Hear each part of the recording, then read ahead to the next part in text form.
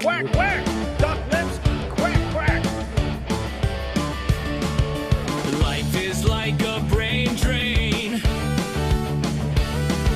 Here with Muslim OrthoDucklips. Facts come, logic's gone, and truth gets all blurred. Always twisting stories with those big old Botox lips. Ducklips, whoa! Every day he's out there faking ducklips, whoa! Can't see past his duck lips and his silly tricks. Dumb talk lurks inside you when the facts try to find you. What to do, just pucker up those duck lips, whoa! Every day he's out there faking duck lips, whoa! Can't stop with those huge big duck lips, whoa! Nothing but lies come out of those big old duck lips, whoa! Lipiano duckling. Lipiano. Lipiano McDuck. Lipiano McDucklips. Tic-tac, time to quack, everyone. Welcome to the Ducklip Show. How's everyone doing, man? How you doing, Jai?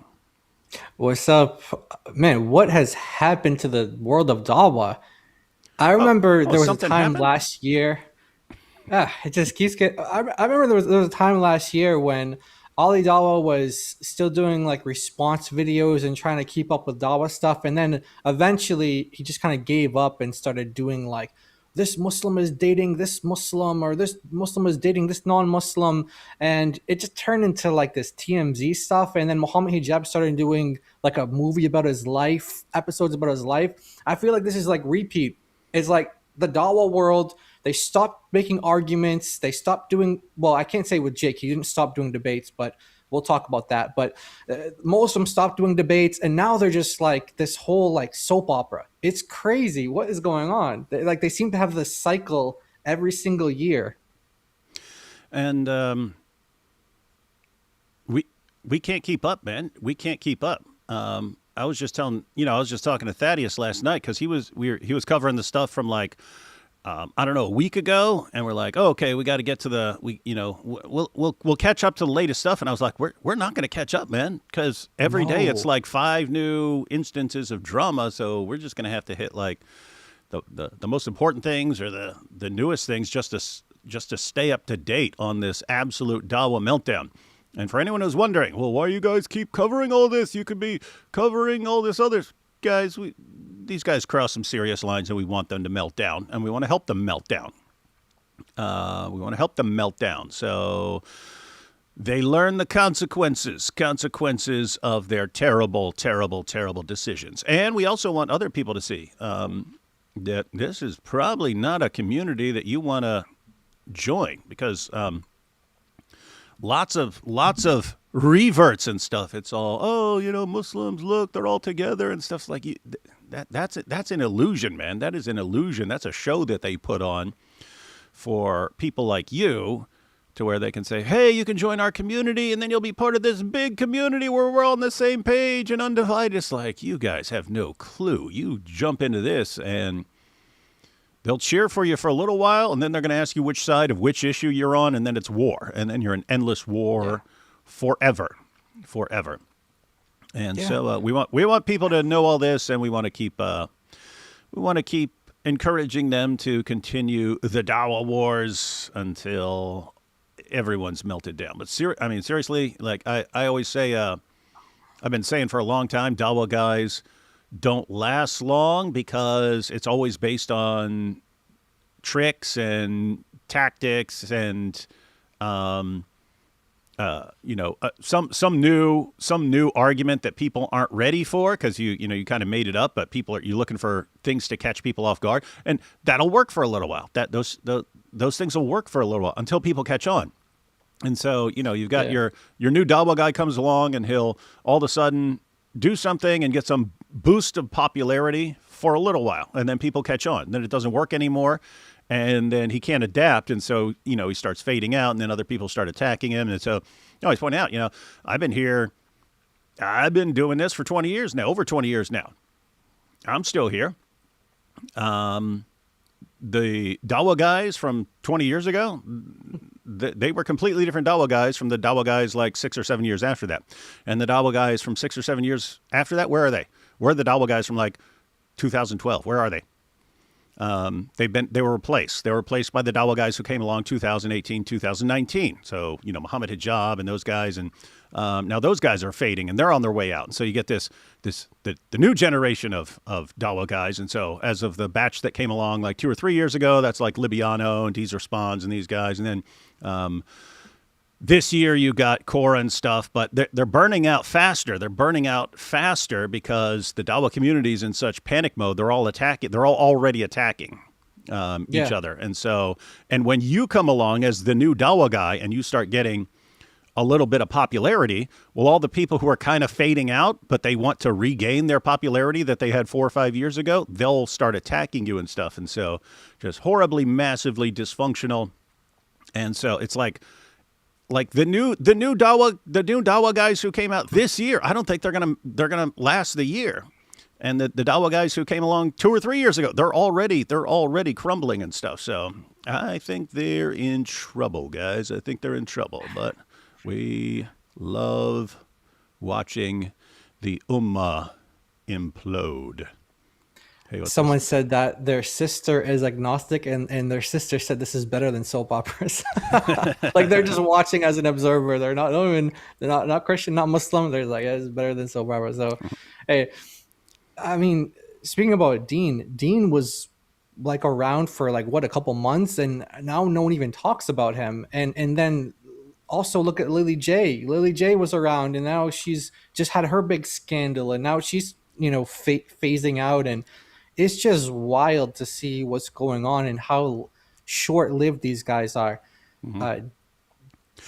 They're all fighting to be the number one DAWA guy too. That's why these guys will never ever come together, because we've talked about this before. Like in the Christian community, there's not like this competition of like, oh, I'm the best. No, this guy says he's the best. I need to prove him up. I need to show him up. You can actually see like multiple people working together, building each other up, doing like sacrificial things to help different platforms or different ministries. Muslims, though, they don't do that. They're always trying to get like that number one. I want to be known for this argument. I want to be known for this thing. I want to be known for whatever it is. They're always fighting for number one, and they want to tear each other down to get there. They don't help each other out. They destroy each other. And I don't know what it is about the DAWA world, but it's like Jordan Peterson was talking about this before, and he was talking about how when it comes to aggression, you have when females express aggression, it's different than how males express aggression. So you have like females will typically express aggression like on the higher end through like, gossip, slander, character assassination, innuendos, things like that.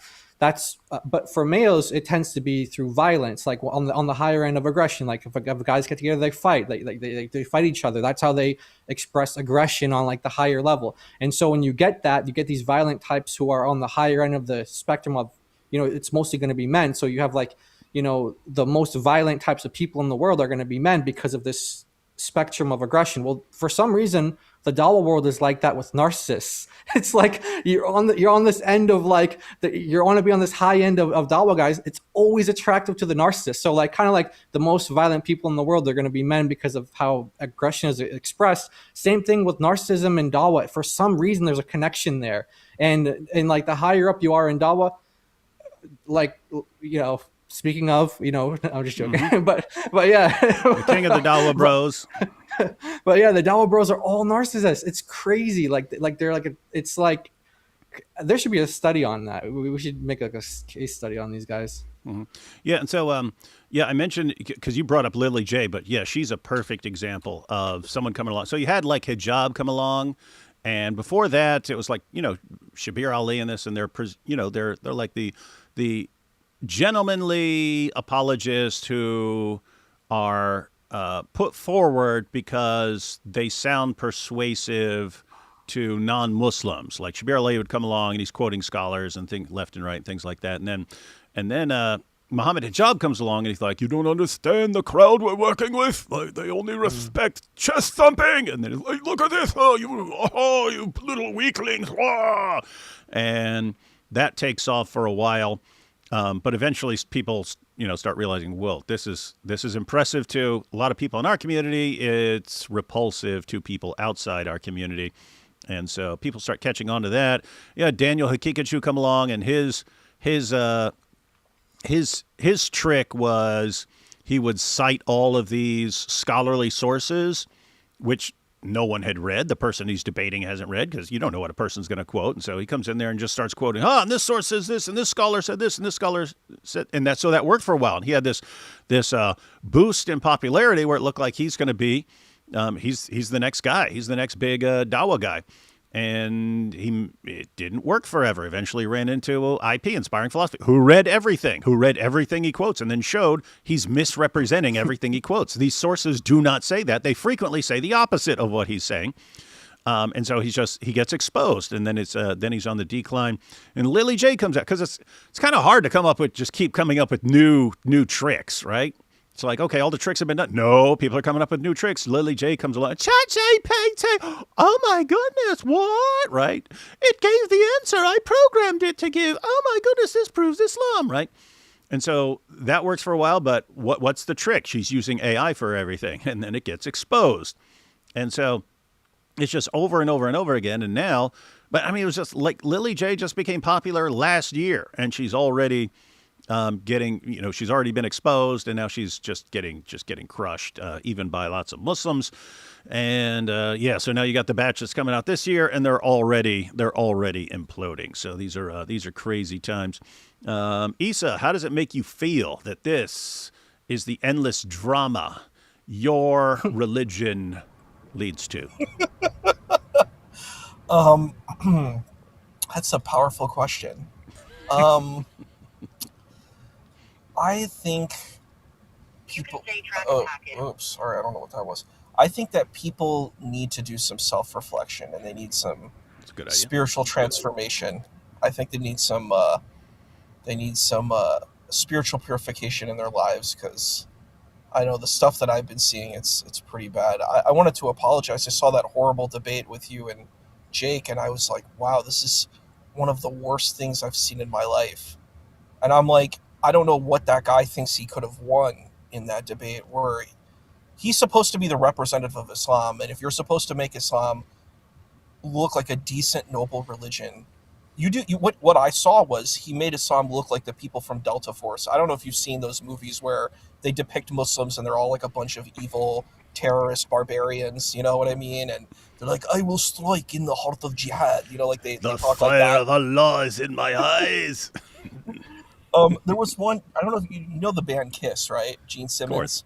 He was in a movie called Wanted. I think it was called Wanted, Dead or Alive with. Cause I'm wanted, dead or alive.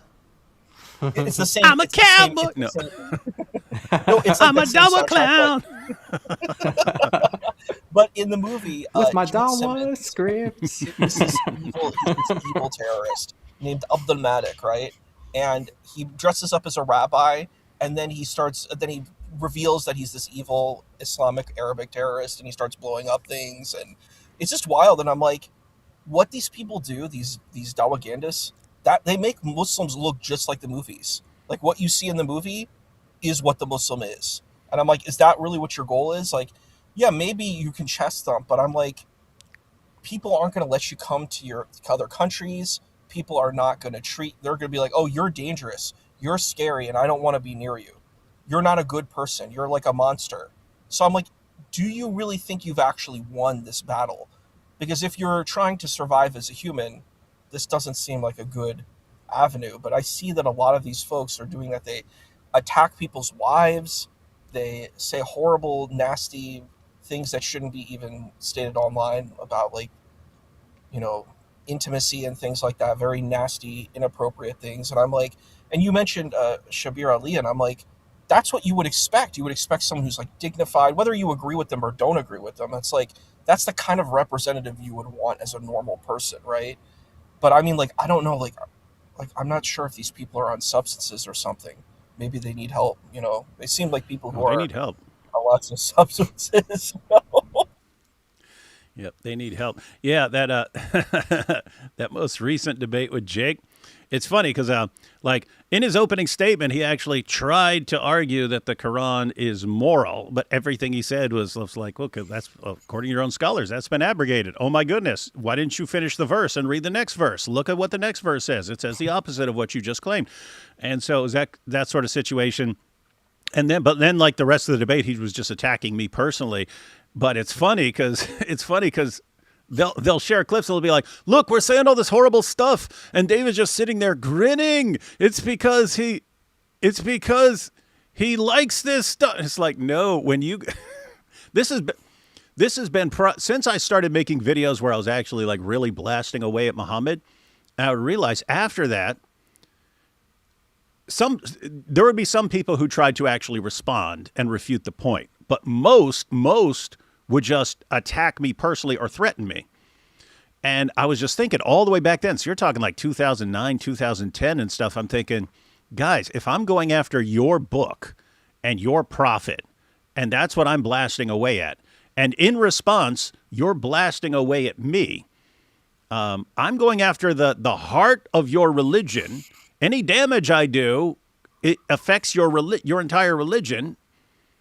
Any damage you do to me by attacking me, or even brutally murdering me at some point, I'm not essential or foundational to anything. You've accomplished nothing in the grand scheme of things. And so it's always like you're talking again, like 2009, 2010. I realized, we've got this cycle now where I go after your prophet and your book, and you attack me personally. I go after your prophet and your book, you go after me personally. I was thinking the moment you guys actually got into that cycle, you lost. You already lost. There's no way this works out well for you.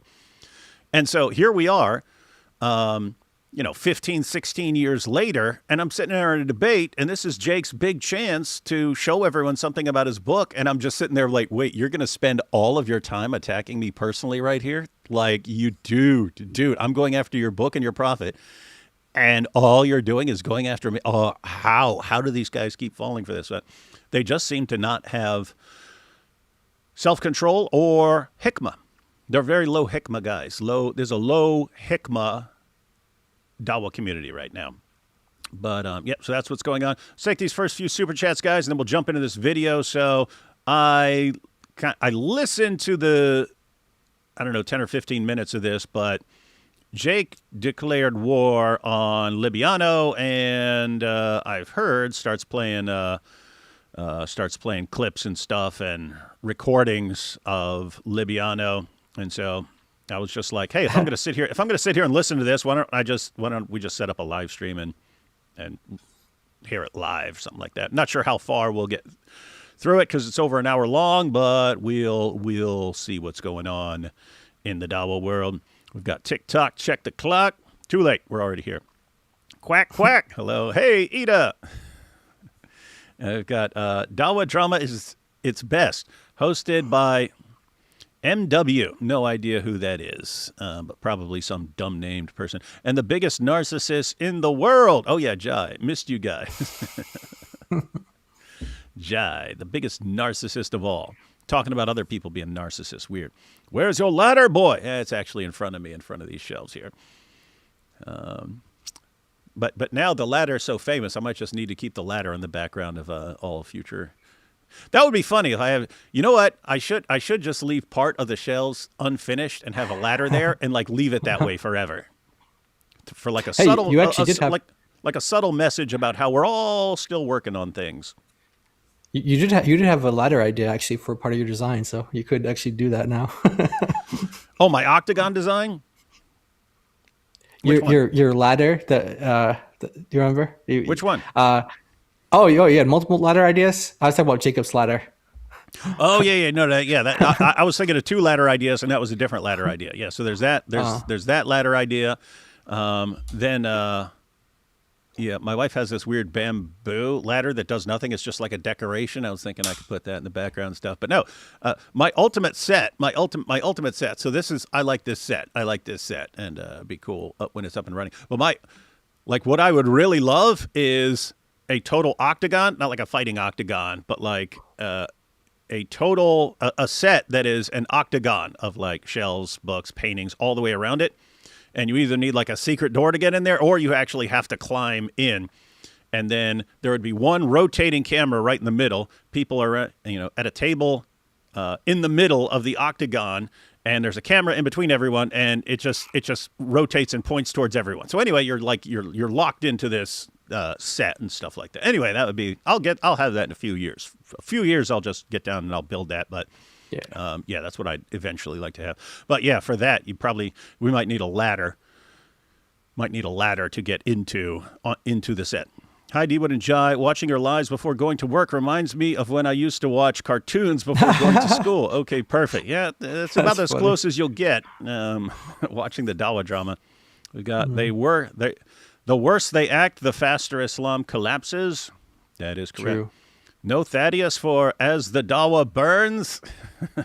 Thaddeus has got a lot to watch right now to get ready for some of the other installments. Because it'll be like we hear about a total meltdown, but it's a total meltdown in a 6-hour live stream. We're obviously not going to watch the entire 6-hour live stream. So Thaddeus will actually listen to that entire 6-hour live stream, find the most important parts, put them all together and stuff like that. And he's not joking, guys. Literally 6 hours. This guy just does like therapy sessions for 6 hours at a time, rants, raves, melts down, crashes out, and he'll do that multiple times a week. And that poor Thaddeus, he's like backed up with like 40 hours of like editing, stuff to edit. It's like a movie. It's crazy. Yeah. And here we have D. Wood. Wah, Jay and Sam are teaming up with Muslims. Wah. Also, D. Wood collaborates with Isa, the most sinister Dawa guy known to man. I know my hypocrisy has been exposed here. Hey, we got Chris Claus here. Salam al-Masih. I agree. Jai, me being a smaller channel, I just have to send David an email to join me, and he does if he isn't busy. Same with Avery. You know what? There was a Muslim talking about that. Actually, on TikTok, there was this Muslim. He goes by Ask the Doc, and I don't know if he's a real doctor or not, but he's diagnosed Malik with either borderline personality disorder or schizophrenia. So he might be a real doctor based on this potential diagnoses that he's giving him. But he said the same thing. He said, guys, you can see Avery just going to like random Christian TikTok channels. And he'll just sit there and hang out. He doesn't have to be the main character. He can just hang out. He can just talk. But he's like, all these Dawa guys, though, they all want to be the main character. They won't go to smaller channels. They won't try to build each other up. They won't work with each other. They all just want to be that main character. They want to be the main character of the show. And he was saying how Avery will just go around, and he's listening to other Christians that just go around. And it's the complete opposite of the Dawa world. So, yeah, you have David going on any channel, some channels you guys have never even heard of. David will go on there and he'll do stuff with them. And it's just, you have people in the Dawa world who have been around for, maybe they're very popular. Let's say they're very popular, and they would never even go on a small channel. Just how it is. Yeah. Cause, that's the thing. And to be clear and to be fair, there are Dawa guys whose main concern is Islam. They want to propagate Islam. They're not the ones who become popular, and they're the guys who end up needing to call out the popular guys, but then the popular guys who have way more fans and stuff just attack them, and it all leads to Dawa wars. So there are Dawa guys whose primary concern is like promoting Islam. But yeah, for us, this is all ultimately about Jesus. So if you come along and you've got a channel, we want you to do the best job you can, and the more the merrier. The more apologists and evangelists and polemicists and so on that we've got, that's great.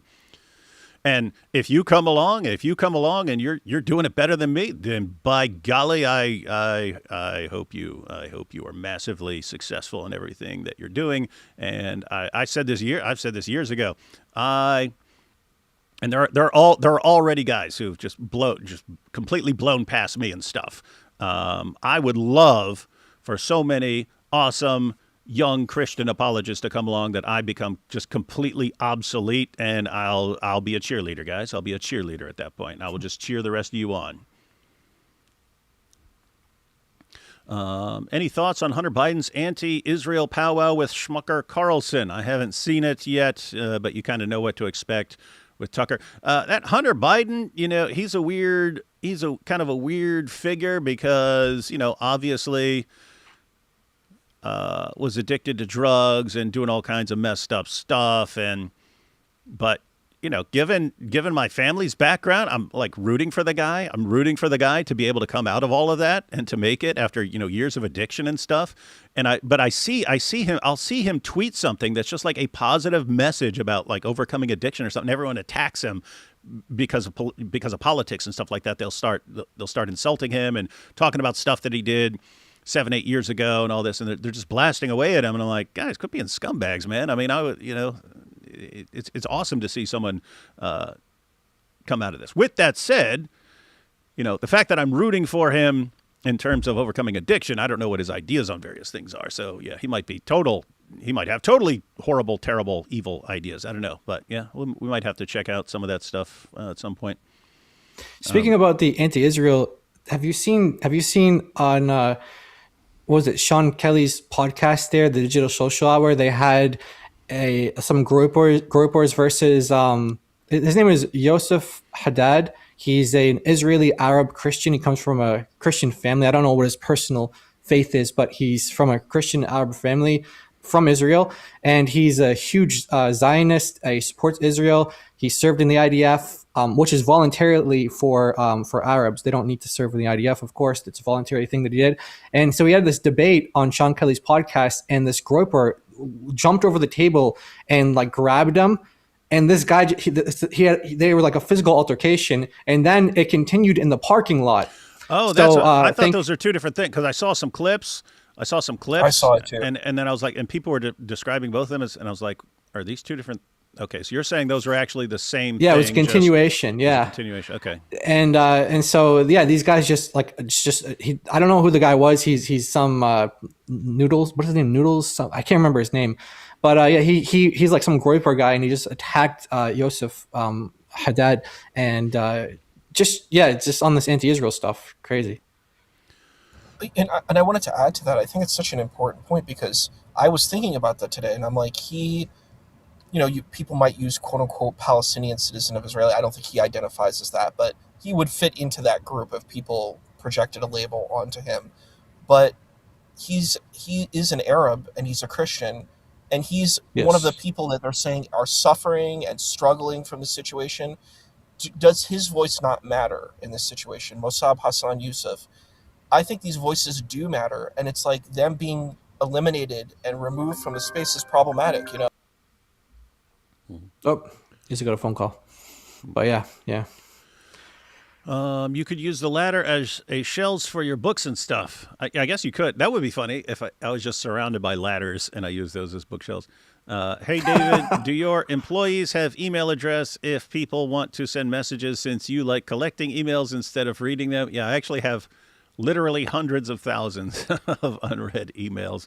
It's a time thing, guys. If all of a sudden there was 100 hours a day, I'd love it. It would be awesome, but yeah, it's not. But yeah, I'm sure people have email addresses.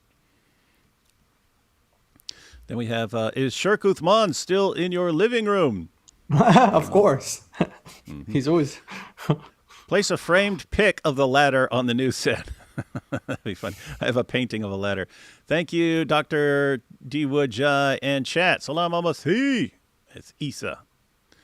Did I miss you reading my first super chat? No, I read all the super chats, unless it was before we started. Look at these two good-looking lads. Oh, hey, David. Hi, Isa. Hey, Isa, how's your mom's recovery, man? It's happening. It's Good, good, good. Wait, what happened? I remember one time you were in an accident. Was there something else after the I was in accident a that car happened? accident. I was in a car accident with my mom last year. Actually, it's a year anniversary, and I remember we, that. I we remember that. we So survived that. she, So she is she she's okay? recovering from that. Okay. Okay. Yeah, We'll keep her impressed. yes, basically, really young people will recover quickly. I can vouch. The older you get, the longer it takes to recover from anything. When I was 20, if I got pulled something, lifting weights and stuff, 2 days later you're fine. Now it's months. It's months if you tear a muscle or something like that or hurt a joint. D Wood singing Bon Jovi. Now that's awesome. Hi Issa. Oh hi Jai, the most narcissist. Jai, I made a song for you. Is it okay if I put it in the video? God bless you. A video. Maybe a video about Jai being the world's biggest narcissist. Oh, hey, this is Agnostic X Agnostic. He makes the videos, man. Yeah, go for it. Go for it. We'll probably play it on our streamers or something like that. It'll probably be funny. So.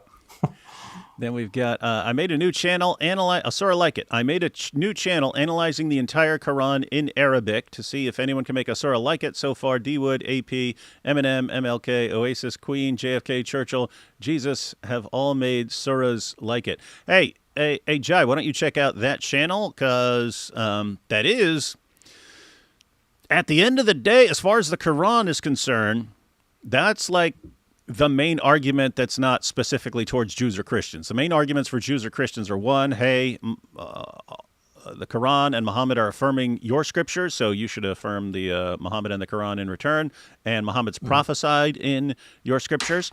But the main general argument was not scientific miracles or miraculous preservation. It was no one can make a chapter like this. So we do have to eventually come back to that as far as going dealing with the argument. So Jai, when you get a chance, check out some of those, and if those are looking like good videos, then maybe we'll do a show with some of them.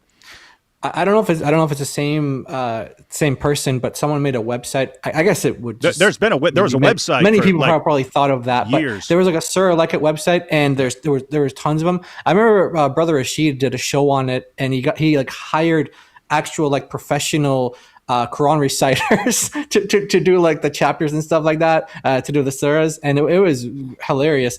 There's also famously, I don't know if I think you did a video on this, the lady who did one on Corona, the surah of Corona. Did you do that, the coronavirus surah? Can't remember. Someone did a video on that. I think that was AP. Oh, that was AP. Okay. Yeah, that was another one. So yeah, these are always fun to review. So yeah, we'll check it out. Surah Like It channel. Yeah. And that goes all the way back, by the way. In Ibn Ishaq, you read about that dude Al-Nadr, who every time Muhammad would get up with a revelation, Al-Nadr would then stand up and go, I could say something better than that, and he would recite some poetry, and then he would challenge Muhammad's followers to say, tell me any way what he just revealed is superior to what I just recited. And you know how they responded, everyone? They killed that dude after they captured him. Yeah.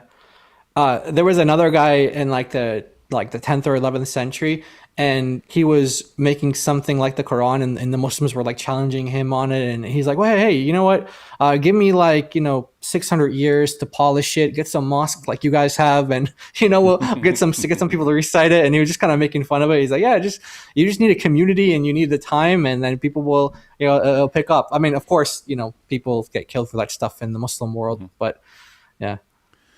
And then Bird Feeder says it was from before the stream started. Yeah, the Ecamm only pulls up once we click live. Then it starts. It sends me the notifications of the super chats here.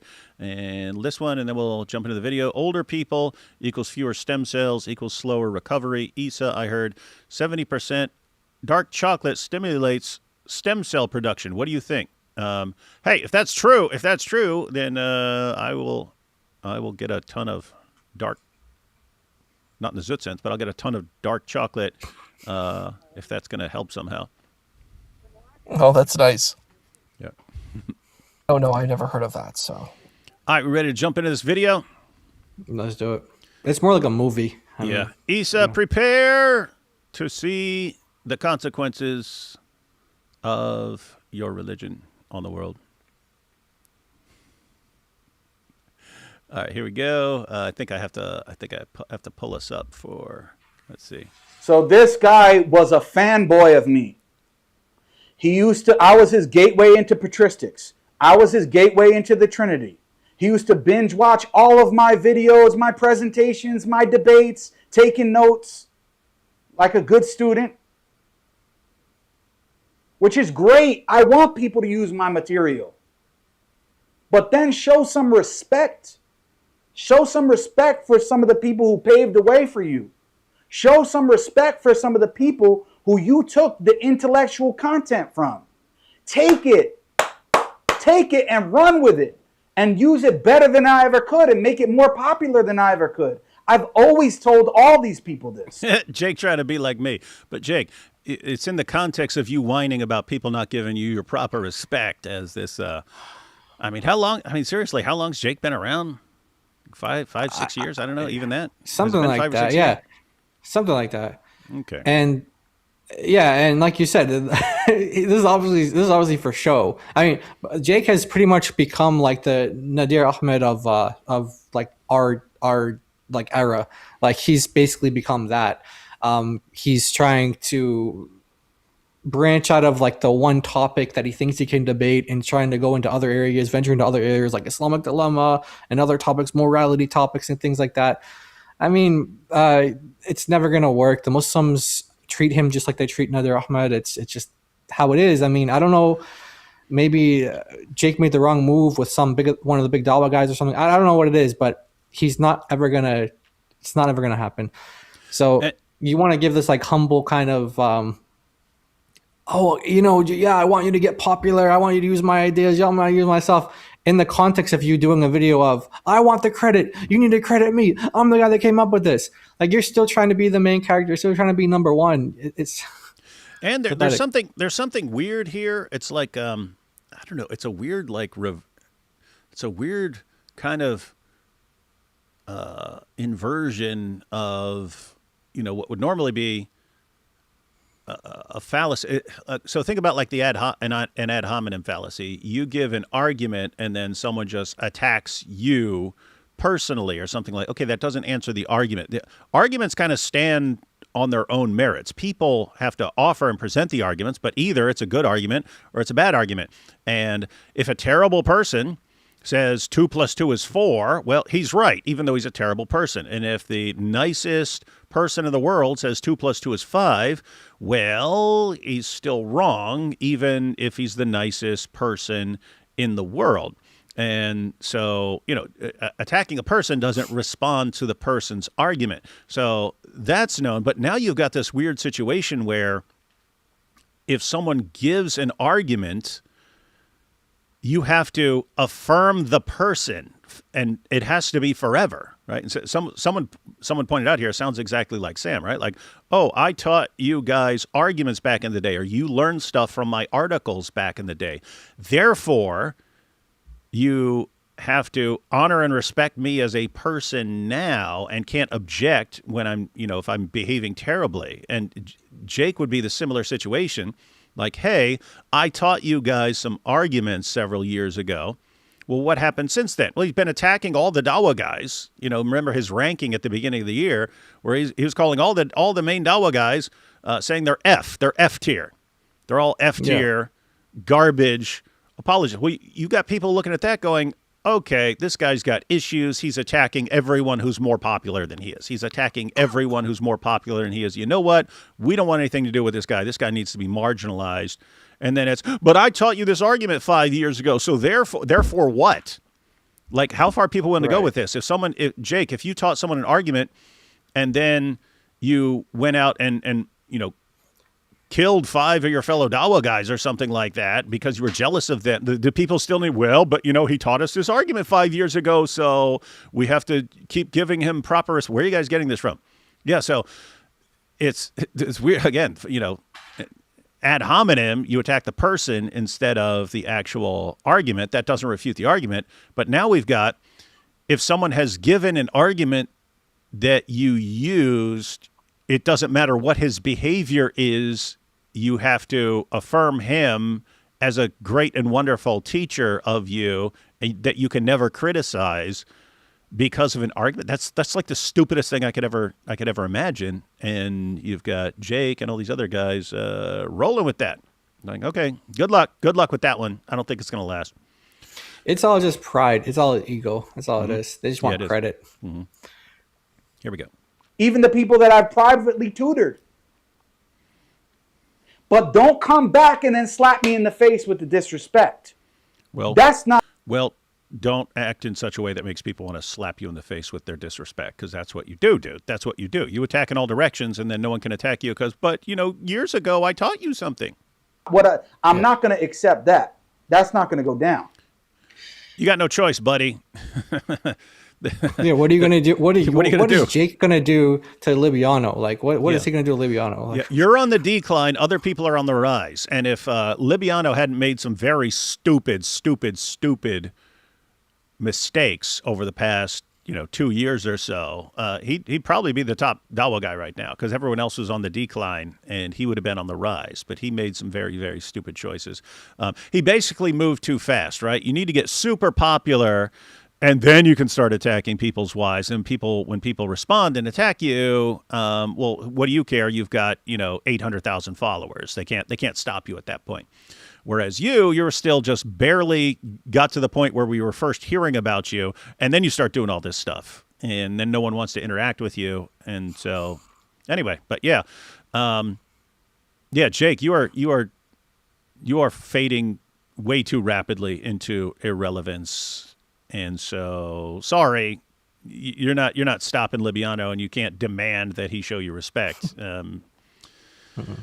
Even with all his screw-ups, he's still going to be more popular than you, and there's nothing you can do about it. Assalamu alaikum, everyone. Welcome back. I'm Jake Brancatella. I have to say at the outset that I'm not happy to make this video. Trust. Hey, Hey, Jake, where'd you get the idea of bookshelves in your background, man? Me, I'm not. I'm your teacher, boy. You were watching my videos back in the day. You're like, hey, I want to do that. Now, show the proper respect, dude. Show me the proper respect. Credit? Where's the credit, man? Where's the credit? Happy to make this video. People think, and they're accusing me, just like the person that this video will be focused on, that Jake is clout chasing and Jake wants views and this and that. How stupid are you guys? Do you understand that because of the fact that I criticize other Muslims, that their fans hate me, show up in my comment sections and say they're not watching my content anymore because I criticize this person or this person or this person? Guys, that's not the way to get views in this space. That's not the way to get subscribers. That's not the way to get fanboys to continue watching your videos, by criticizing or critiquing some others that they love and respect. That's not the way to do it. The way to do it is to be buddy-buddy with all of these people, to cover their mistakes, to never publicly or privately criticize them. Like Muhammad said. To kiss up to them, to ask them to do favors for you all the time, to try to show up on their live streams and in their other videos and public affairs so that you can gain from their following. I've never done that. All of the other people who I used to be friendly with before, these big names like Muhammad Hijab and Ali Dawa, and now Mr. Orthodox Muslim, these different people, I've never asked them, oh, hey, can we do a live stream? Hey, can we do this? Hey, can we do that? To gain popularity off of them. I've never done that. I could have if I wanted to. Can I say something about this? Mm-hmm. I hear people say this a lot, and they're like, "Hey, if I wanted to get views, I could do this and I could do that." And, I don't believe these people. Mm-mm. I don't think that even if Jake wanted to get views by that method he's talking about, I don't think it would work for him. No. I don't think he'd be successful at it. I think that you might be able to say, hey, if someone were to do that maybe they could be successful. But I don't know if Jake, I don't know if he's the person who could do what he just said and blow up based off of, the method he just kind of gave, which is like just kind of tag up with these big guys and, kind of like leech off of their views and kind of, get their leftovers kind of thing. I don't know if that would work for you, Jake. I think you're doing the only thing that you can do, the only thing you know how to do, and that's why you keep doing it. But there's something I don't know if he brings it up in this video, but it's relevant that there was recently a call leaked or a voice message sent from the Warner, the Watcher, and he said that the reason why Sneeko doesn't publicly practice Islam anymore is because of Jake. Jake knows that. Jake knows that the Warner is Sneeko's security guard. Okay, he's with this guy, he travels all around the world with this guy. He knows. He has a conversation with him. He said that the reason why Sneeko doesn't practice Islam publicly anymore is because of Jake's criticisms, Jake's going after him videos. So you have to wonder how much you think Jake really cares about Islam or the Islam of these people he's going after, because he knows the effect that this has on these popular people. Like when this is in the context of Andrew Tate as well. Warner was defending Andrew Tate as well. He was going after Ali Dawah. Ali Dawah shouldn't have gone after Andrew Tate. Jake shouldn't have gone after Sneeko because of the reason that of what I just said. And so now he knows that he's the reason why Sneeko doesn't publicly practice Islam anymore, and now he's going after Libiano full force, like a movie documentary on him. So this could have the effect where Libiano, I mean, I don't think that this is what would happen, but this in his mind, this could be the pathway. This could be have the same effect as the Sneeko video. And what if that happens? What is that going to do? So let's say Libiano is now outside of the fold of Islam, doesn't practice Islam anymore. Jake has his way. What is Jake going to what's he going to do? Go after the next person? Go after the next? He wants to be the last standing Muslim. That's what he wants. He wants the credit. He wants to be the guy. He wants to be that one. And he's going to keep trying to tear down Muslims till he gets there. And just to show everyone that this isn't unique to Islam. It's just kind of unique in that it's like all their guys who become popular are these divisive, attention-seeking dudes and stuff like that, and then they all declare war on each other and stuff like that. Just to show, we do have the occasional person here, but here's an example. Check this out. So I don't know how far this went back, but I saw that people were talking about Christian Prince. So notice, guys, Christian Prince is still talking about the most glaringly obvious fake email I've ever seen. It was supposedly from me. I had no clue about it until, what was it, like a week or 10 days ago or something like that, when people are like, oh, Christian Prince showed an email that you wrote him. Why would you not want to work with him because he will steal your popularity? I'm like, what the heck is he talking about? What are they talking about? And anyway, people sent me a screenshot. Let's go ahead and check it out one more time, because we got a matter of fact. Let's just read this real quick. So toggle blah blah blah. First, okay, I thought CP's opinion was absurd at first, but I think he actually made some decent points. I would say I'm not totally convinced that it's real, but also it's not crazy to think so. So we've got the back and forth here. Let's go ahead and check this out.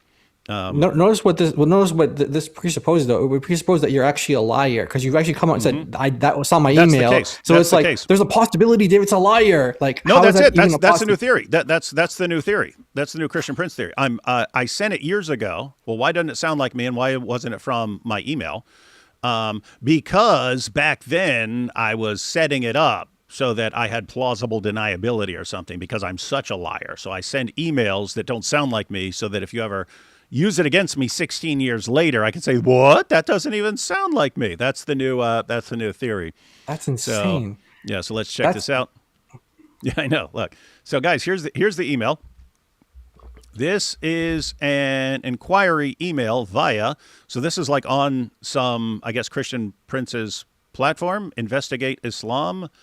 And it's from David Wood, and the email is davidwood.act17@hotmail.com. Yep, definitely my email. And the email was, hello, Christian Prince. There is no easy way of saying this, but our group and the show want you to stop making out we get our information from you. You are a rival TV station and internet site. We want you to stay away from us. because you are giving us a bad name as well as taking donors away from our show and site. Stop this immediately. We don't want you to call the show and make it out as though you know more than us either. Stay away, please. Stop doing this. We are trying to grow bigger and bigger, so smaller competition like you will obviously try to steal some of our sunshine. I will leave you to speak to the likes of Nadir Ahmed on Pal Talk whilst we do bigger things. So Christian Prince, after 16 years of being enraged about this email, finally shared it recently to expose me. And of course, I saw it for the first time. I responded. We thought that was hilarious. And, you'd think Christian Prince would go, oh, it was a fake email. Wait, nope. Christian Prince is still pushing this idea. But so anyway, back to this, just so people know what we're talking about. I thought CP's opinion was absurd at first, but I think he actually made some decent points. I would say I'm not totally convinced that it's real, but also it's not crazy to think so. It's not crazy to think that's actually me 16 years ago, and I'm just lying about it now.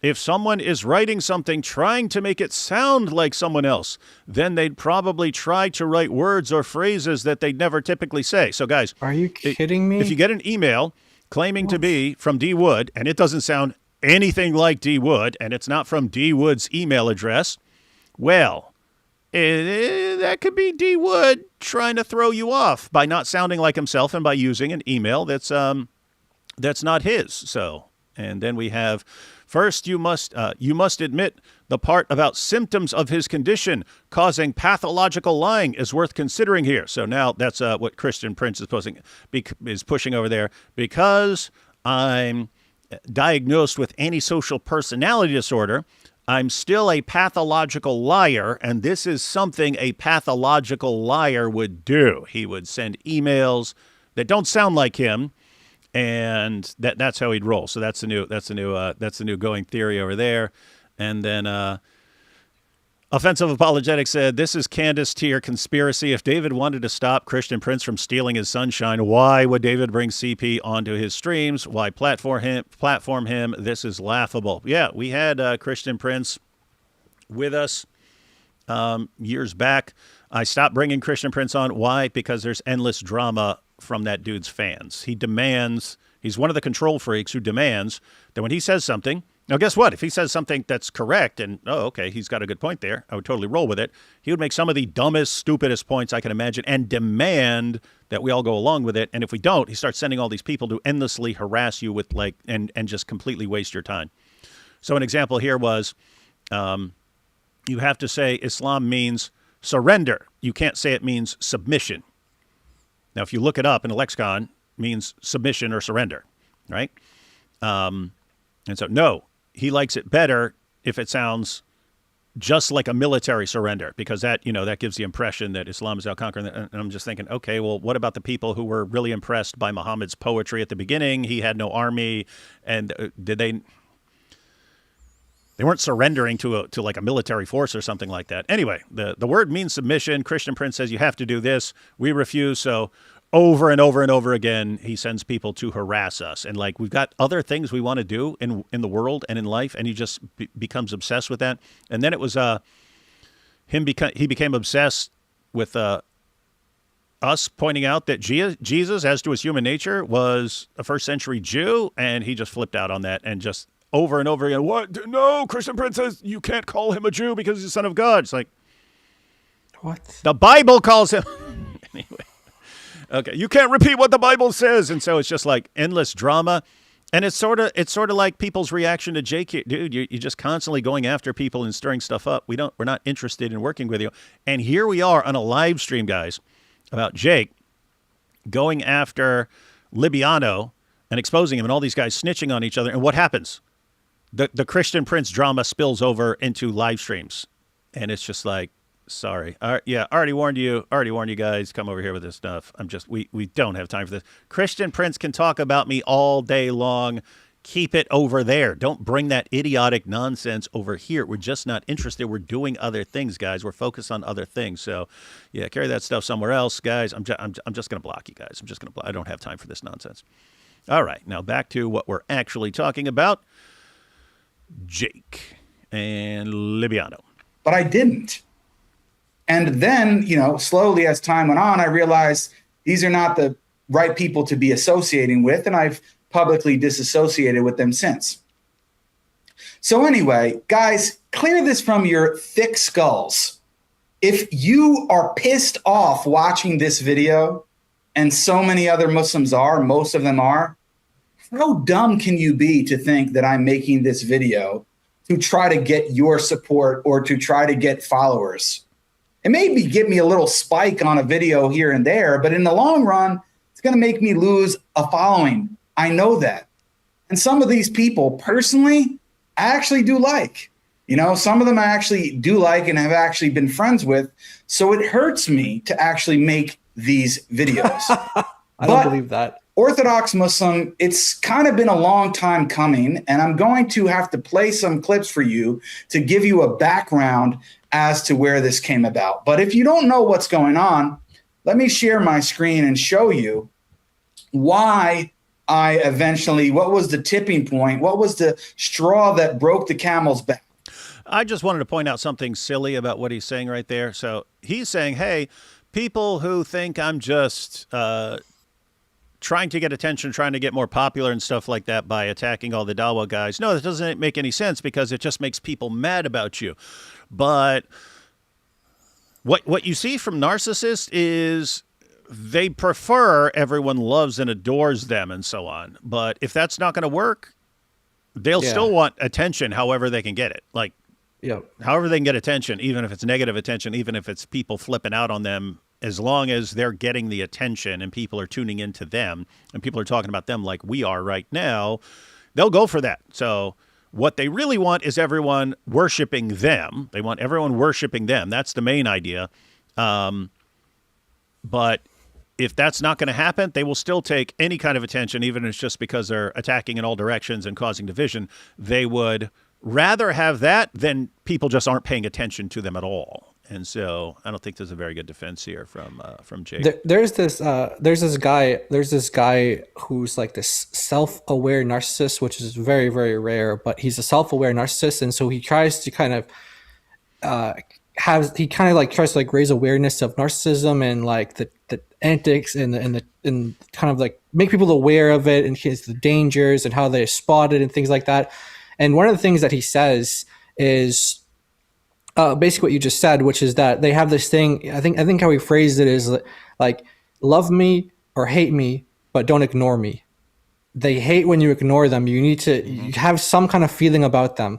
So it's kind of like, the saying, like, any publicity is good publicity. I think that might be kind of what Jake is going for as well. Yeah, right? Mm-hmm. Yeah, it's like same thing there. It's like he doesn't care if people love him or if people hate him. He wants one of those two, but he doesn't want them to ignore him and just kind of like make him irrelevant. That's his biggest fear. So I don't believe it. I don't believe what he's saying either. Jake's not a very believable person. He doesn't come off as someone who's genuine. He's very angry all the time. He's like gonna show, from what I understand, he's gonna show phone calls that he had with Libiano. Imagine he's saying, I was on good terms with these people, but you're recording phone calls with them when you're on good terms with them and you like them. That doesn't make any sense. Why are you recording your phone calls at all? But especially if you like, you like when you like the person, like while you're in good terms with the person, why would you record the phone calls? From what I understand, he's going to record. I think you just said it here. He's going to play some recordings. He's going to play phone calls when they were supposedly on good terms with each other. This makes no sense at all. It's like this guy's storing these things up for the future so that another thing that maybe, narcissists know about themselves is that people don't tend to last. They go through these stages, they go through these phases. Even if you're like a family member of a narcissist, you go through these stages. Like you have like the love bombing, the devaluation, all that stuff. And there's always like there's always these cycles that they cycle through people with. And there's a good chance that Jake's probably like done this to some of his closest people, but so what I'm saying is like he's preparing, even in the good stage, that he's gonna have to use this stuff as ammunition in the future because he knows that none of his relationships last.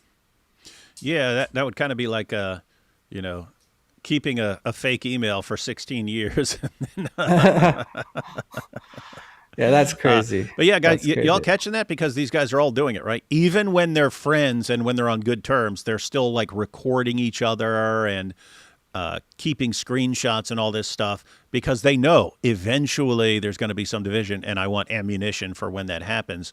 And that seems to be how they could get away with some of the stuff they do. And here I'm not talking about Jake. I'm talking about like Muhammad Hijab and Hotel Wives. Like why aren't more people like in the Dawa community calling this out? Why can he control them to make them help him lie and stuff like that? And they all keep dirt on each other. They all keep dirt stored on each other. So you have to kind of roll with the whole filthy pigsty of Dawa. You have to keep rolling with the community because the moment you say, "Hey guys, this is wrong," boom, they expose all your stuff and all the recordings and all the pics you've been sending around and stuff. All of a sudden, those come out. So even when they're when they're friends, they're still keeping files on each other. Man, I feel like it's so crazy because like we're all humans and we're in some ways like we're all made in God's image and we're all like in certain ways and we're very different in other ways. I just can't relate to this behavior at all. I can't imagine that. Hey, in a year from now, this guy might betray me, so I'm gonna store a phone call on him when he's saying something nice about me, or this guy's praising me. I'm gonna store this and save it. Like, how would you even file that? Like, Libiano, when he was friends with me, like you have like a file, like when he's friends with me, like 2025 or something. It seems so like it's like they're a different species. I can't even. It's like, what is this? I don't know. I just can't relate to it at all. It's pretty darn dysfunctional. That's what I'd say. It's crazy. Here we go. Okay, this was the straw that broke the camel's back. I made a video very, very politely and as respectfully as I possibly could. People know that I'm not always the most polite and respectful guy. True. But I made a video correcting an error by Orthodox Muslim in a recent discussion he had with Jay Dyer. And I stand by that correction. Now, in response to that correction, and in the video itself, I said, I am not condemning this brother. This is not a public condemnation of him and his other work that he's done. No, this is just a correction on this one historical inaccuracy. But him and his fanboys couldn't hold take on 1 it. second. Yeah, first. Yeah, go ahead. No, yeah. go ahead. But yeah, no. What he's saying here is totally bogus. I just made an innocent little, tiny little correction. Like, okay, people make mistakes all the time. People make mistakes all the time in debates. It just happens, right? You get a reference wrong, or you say something because you saw it or you think you remembered it and stuff like that, but you just turn out to be wrong. The fact that you were just kind of waiting for something to jump on him for when other people were correct, other people were already correcting him. Other people were you weren't adding anything to the discussion apart from, hey guys, look, I'm the honest and accurate Dawa guy here who will call someone out, and it's like you weren't adding anything to. You were it was like Dawa virtue signaling, right? I'm the good Dawa guy who cares about accuracy, unlike these other guys. So even this, it's nonsense. No, we know what you were doing. You saw an opportunity to score a point on Libiano and say, haha, I'm right, he's wrong. Exactly. And this whole idea of like, I was so polite and it was just innocent. And like you said, like that's complete nonsense. This is obviously just him trying to get, vengeance or something, which is very big in the Muslim world. Like, that's something that Sheikh Uthman thought he had to do as well with Avery. He's like, I got to get my vengeance. I got to get my redemption on him, which failed terribly. But Jake, again, in Islam, here's the thing: you don't have to forgive even your own brother or sister in Islam. You don't have to forgive them. It's not a commandment in Islam. There's no command saying you have to forgive each other. Like this, like in Christianity, your brother comes to you, 70 times 7, you always forgive, you forgive. Just as God forgives us, we forgive others. That's Christianity. It's the foundations. In Islam, you don't have that. So these guys hold grudges. I remember, Yasser Qadhi is talking about with Muhammad Hijabi. He's like, yeah, I'm going to get all these guys good deeds on the day of judgment because they're all like, I'm never going to forgive them. They're like, what they're saying about me. That's how these guys think. This messes you up in your relations to people. This, like, when your theology translates into real life actions and how you actually are as a person, this really messes people up. So this whole, I was just being innocent, I was being polite, which, by the way, is another thing that these guys, they think that if they are polite to someone, like they feel like they're owed a response back because they were polite. Like they feel like they're entitled to a response back because they think they were polite. It's kind of like that, like, the nice guy who's like going to this girl and he's like, I was so nice to her, and she didn't call me back, or she didn't text me back or something, and then like he like cusses her out the next day, or it's like, I was so nice to you and you didn't return my call. It's like they feel entitled to this. It's exactly how Jake is acting right now.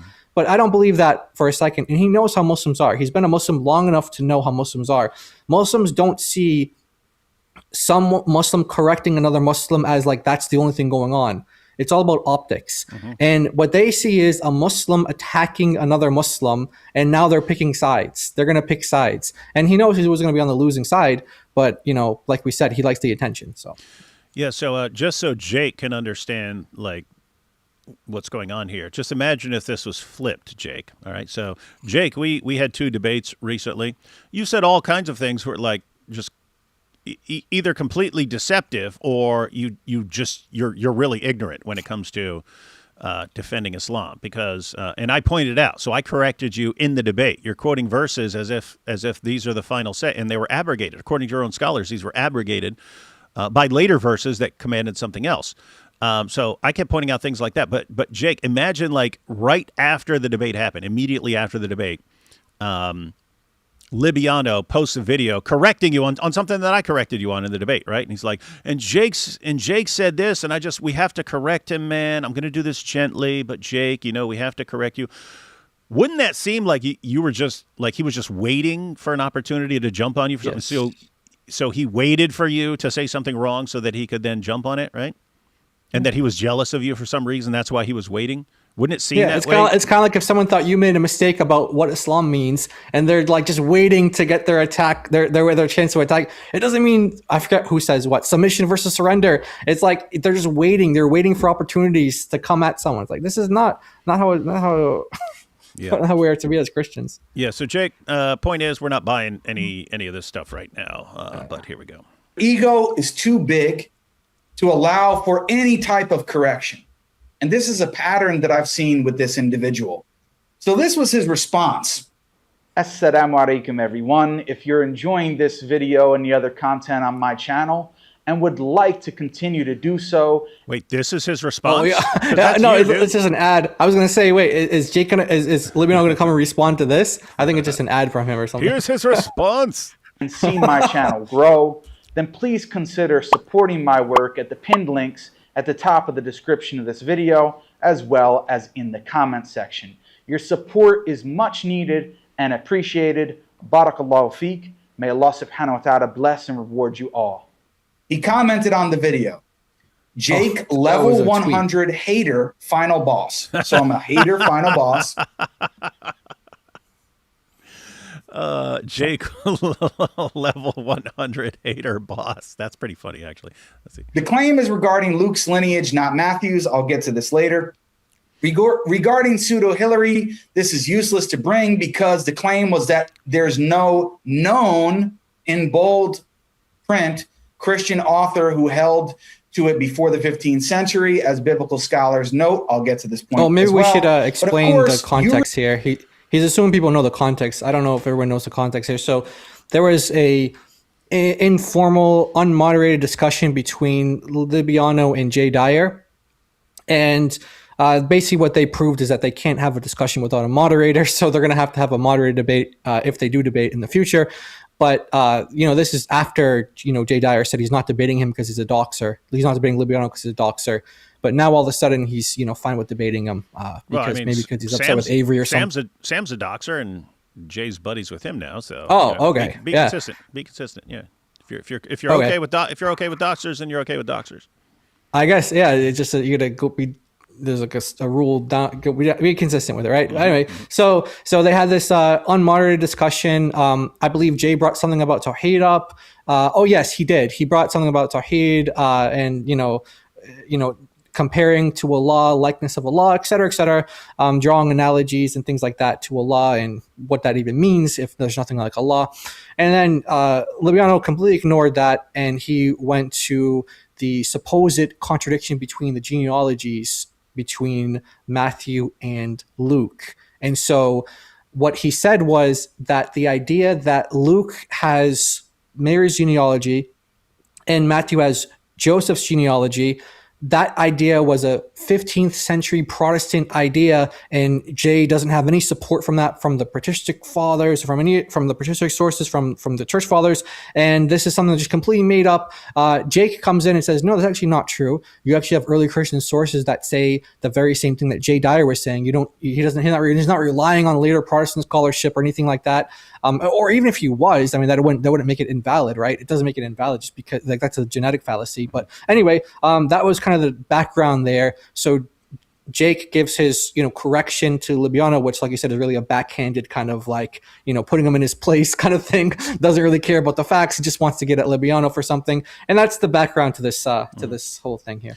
Yeah. And to be fair, Jake is the one who's correct in this discussion that Libiano says it in his discussion with Jay Dyer that, or did he say it in that discussion or he said it afterwards? I don't know. I wasn't following that. I think he changed it afterwards. Yeah, I just saw like kind of a back and forth of people arguing about it on X afterwards and stuff. But so apparently Libiano said this doesn't exist. This response doesn't exist before the 15th century. And later, when it's pointed out to him, no, this response actually goes way back. And then he starts saying, saying it's not by a known author because the author here is in doubt. And so I said there's no known author who said this. And that's not what you said. You said the response didn't exist before then. And even in that source, the source was saying, I think the source was saying that that's not the correct response, but tons of people believe that it's correct. And so if he's responding to something, then it obviously existed. If he's saying, hey, all these people actually have a wrong understanding of this, then guess what? He's responding to people back then. So anyway, Libiano, Libiano, it's very easy. Okay, I was wrong. I was reading something. This is off the cuff. I brought this up. And I was just wrong, and let me fix it. But he's a narcissist, so he can't. What I said was that no known. Okay, now you're just making stuff up because you can't admit you're wrong. Let's see here. Resort to clout chasing and hating because I did what you couldn't do in 2 long debates with Dyer. So he's claiming that I am clout chasing, hating on him because I'm jealous of the fact that he did something with Jay Dyer in a 15, 20-minute conversation, whatever it was, than in 2 formal debates that I could do with Jay Dyer. Now, Jay Dyer's not going to admit that. Nobody else is going to admit that. This guy is delusional, and I'll show you why that is. Then he says, pathetic, do better, bro, seek help. So I'm a hater. I am clout chasing. I'm jealous of what I couldn't do in 2 debates, what he did in 15 or 20 minutes. I'm pathetic. I need to do better and seek help. All of this seemingly just because I made a polite correction on a historical error that you made. And we'll see that this has been brewing and cooking up in his head for quite a long time. I'm going to demonstrate that very clearly. Now, he made a video responding essentially to my video and some of what other Christians have said afterwards. And he made this point about, it's just about Luke's lineage, not Matthew's, and pseudo-Hillary doesn't actually solve the problem because I was only speaking about a known Christian author. And this is not a known Christian author. Therefore, it doesn't refute my point. So I was having husnadhan for this brother, but now I can just say he's a dishonest charlatan. Yep, He is actually morphing. Dishonest he's charlatan. assuming good attention, assuming the best, basically assuming the best. He's like, I don't have that anymore though. I know this guy's a charlatan. Yeah. Yeah, Libiano, there's no way to interpret what you said as what you later claim that you said. It's not what you said, dude. Just you're wrong. You're wrong. Okay, you screwed up. That's life, dude. That's life. Yeah, guys, I screw up all the time in live streams, right? I screw up in live streams, right? Because, stuff's coming up and you're speaking off the top of your head, and I don't have a perfect memory, so you get things wrong here and there. If it's something prepared, like a prepared debate, you'd be less likely to get something wrong, but you still in the heat of a debate can get things wrong. If it's like a prepared 12-minute video, way less chance that I got something wrong. Even in my video, you could go through my videos and find something wrong. So I don't understand why this would be such a shameful thing. Oh my goodness, I said something that was wrong. Now let me correct it. But he can't do it. He can't do it. It's crazy. Yeah. And changing his own words because of the fact that he doesn't want to accept public correction. So let me demonstrate that. Let me show that to you guys. Okay, so here's the actual context. Libiano brings up an argument about the contradictory genealogies in Matthew and Luke to Jay Dyer. And Jay Dyer responds by saying, in general, he didn't specify Luke's genealogy, but even if we grant you that, it still doesn't get you out of the problem. He says, well, one genealogy is talking about Mary. Okay, so listen to what Orthodox Muslim says here. Libiano. Made a mistake. He hates on Protestants, right? But did you guys know that the earliest interpretation for this being referring to Mary's lineage comes from the 15th century? Wow, we thought Jay Dyer was a patristic scholar and he belongs to the ancient church, and he's using a response that comes from the 15th century that does not predate the 15th century. That's point number one. He said this response does not predate the 15th century.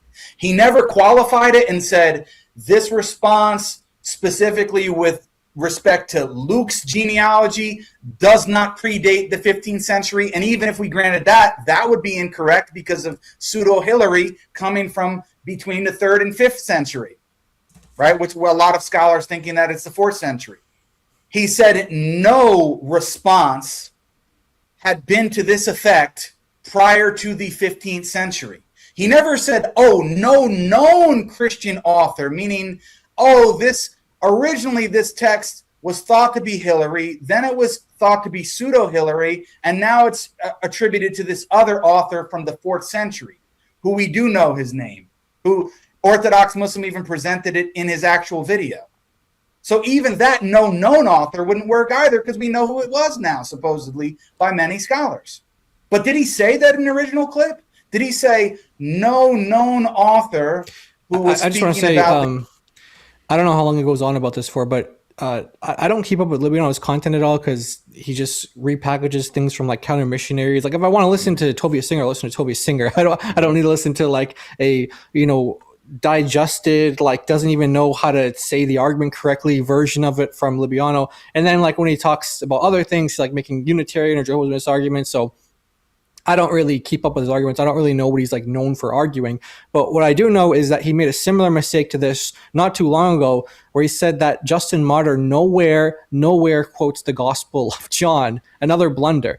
And this is like he just says these crazy statements like this doesn't come to the 15th century from this Protestant scholar. It's like, no, we have 4th century sources. We have early sources way before then saying the same thing that Jay Dyer is saying, which is what Christians have been saying. Like what's going on? And not only that, but like I said, he tends to make these like wild statements, like it sounds crazy, and normally most of the time it is crazy, kind of stuff, like off the wall stuff. So that's what I do know about him.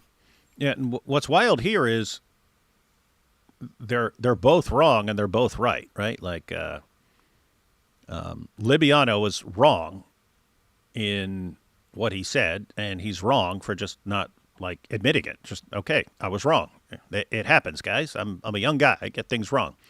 And Jake would be wrong as far as the criticisms against him because he's clearly waiting for something to jump on. This is getting one thing wrong, and he was already corrected on it, and then so he starts that. Yeah. That's not something you needed to join the pylon for, unless you were just looking for a pylon to join in. And so it's a situation where Libiano's right about criticizing you for pretending that it's just this innocent. Oh, I'm just concerned about the truth. If you wanted to, there are way more significant problems right now in the Ummah and the Dawah scene than that little mess up in that discussion, right? There are way worse things going on. So why are you focusing on this?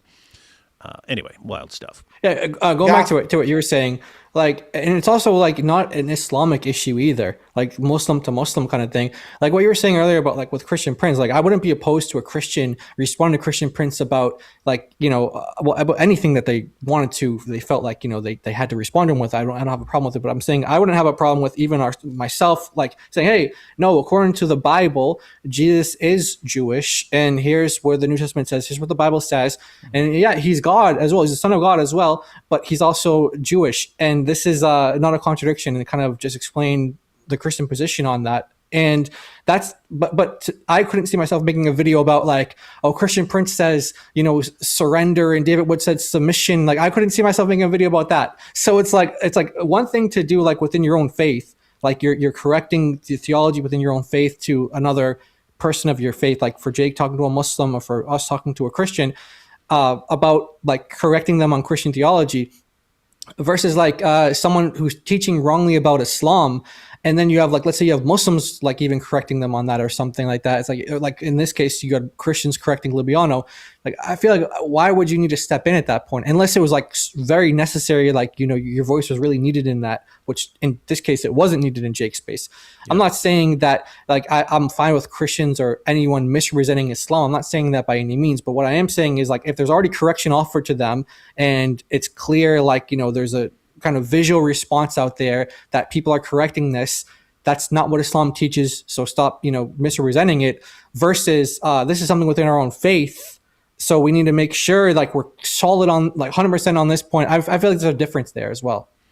No, there is. It's just like, yeah, it's of all the stuff that's going on, this is pretty insignificant, right? And I mean, if for some reason Jake were the only person to catch the mistake and he wanted to correct it, that would be one thing. A ton of people caught the mistake. A ton of people called it out.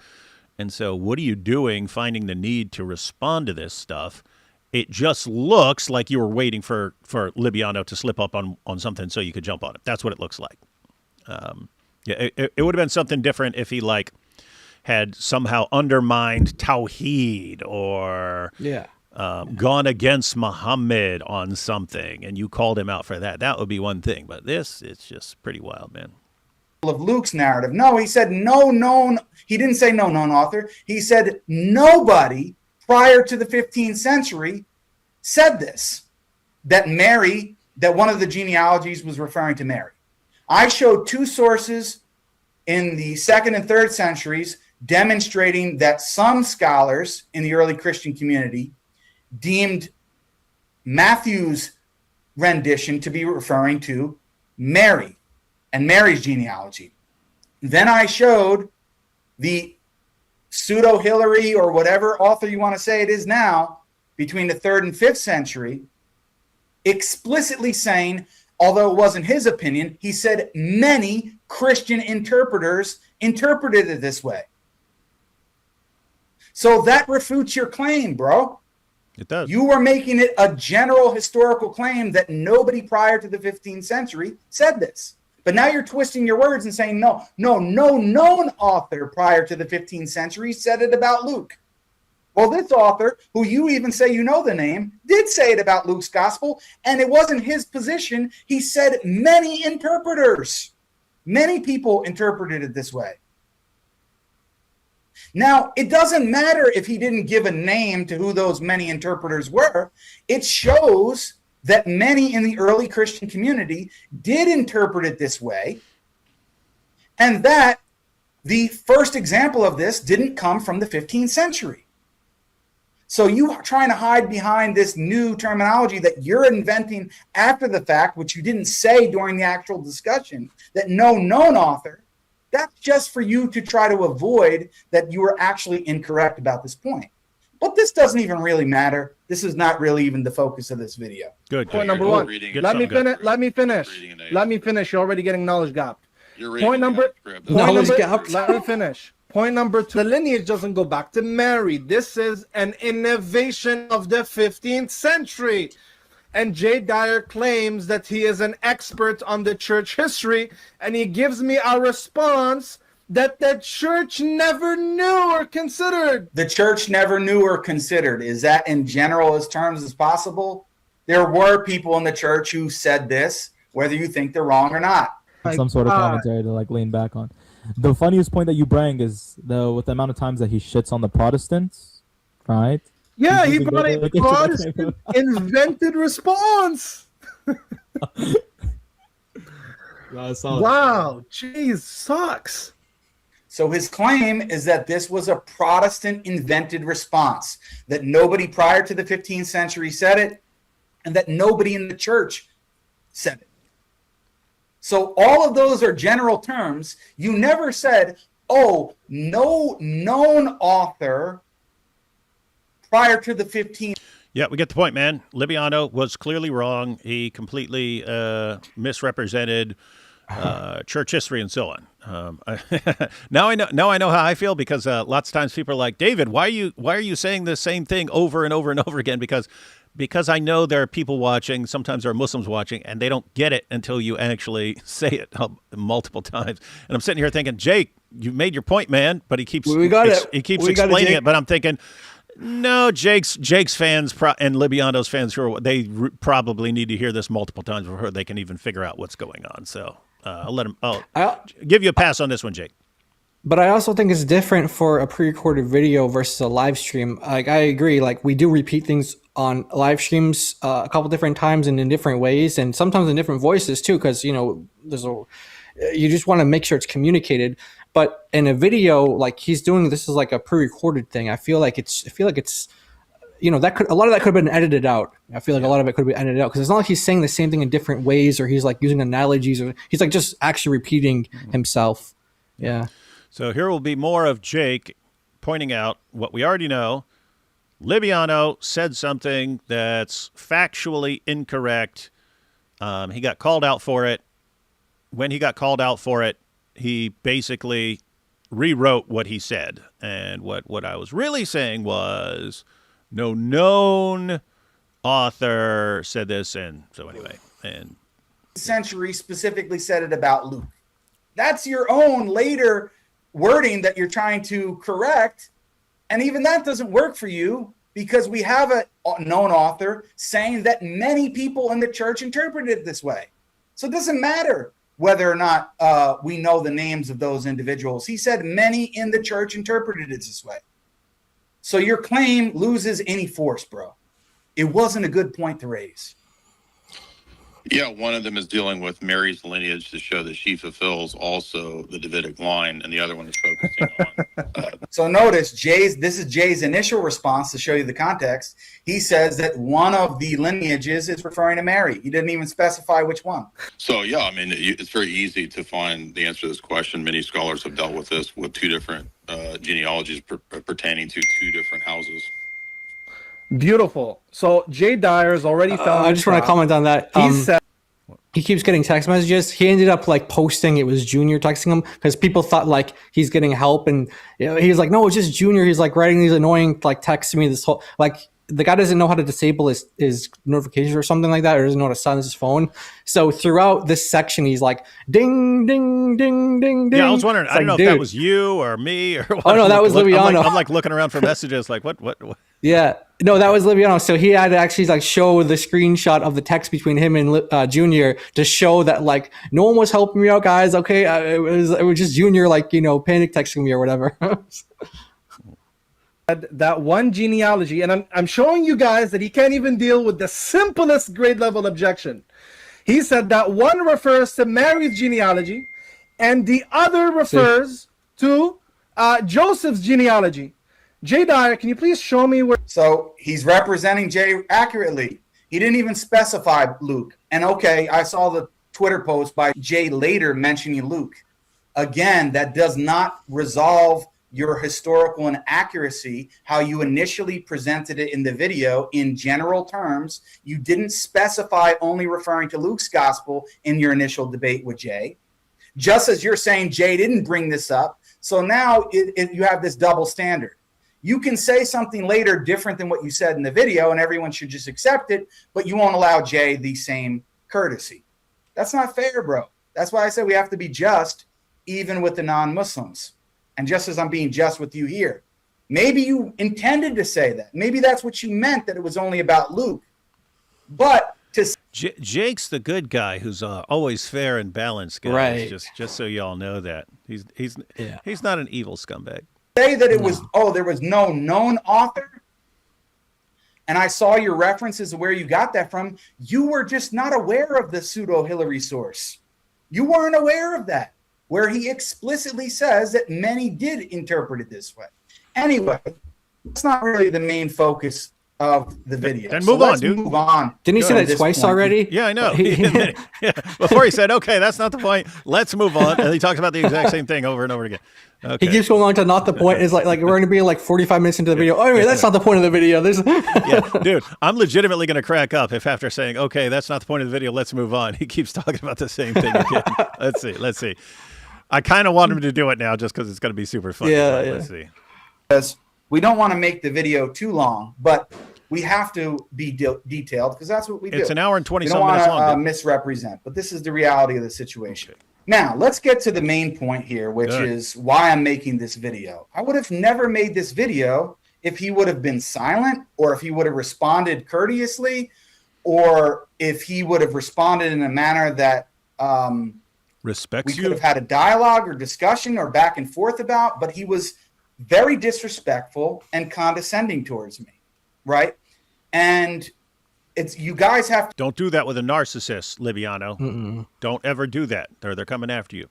Know that this is not coming out of nowhere. So I'm going to show you in something he said to me quite a while ago, probably a year or so ago now, where he said this to me, that he admitted that privately behind the scenes, he had been saying bad things about me, had been speaking negatively of me.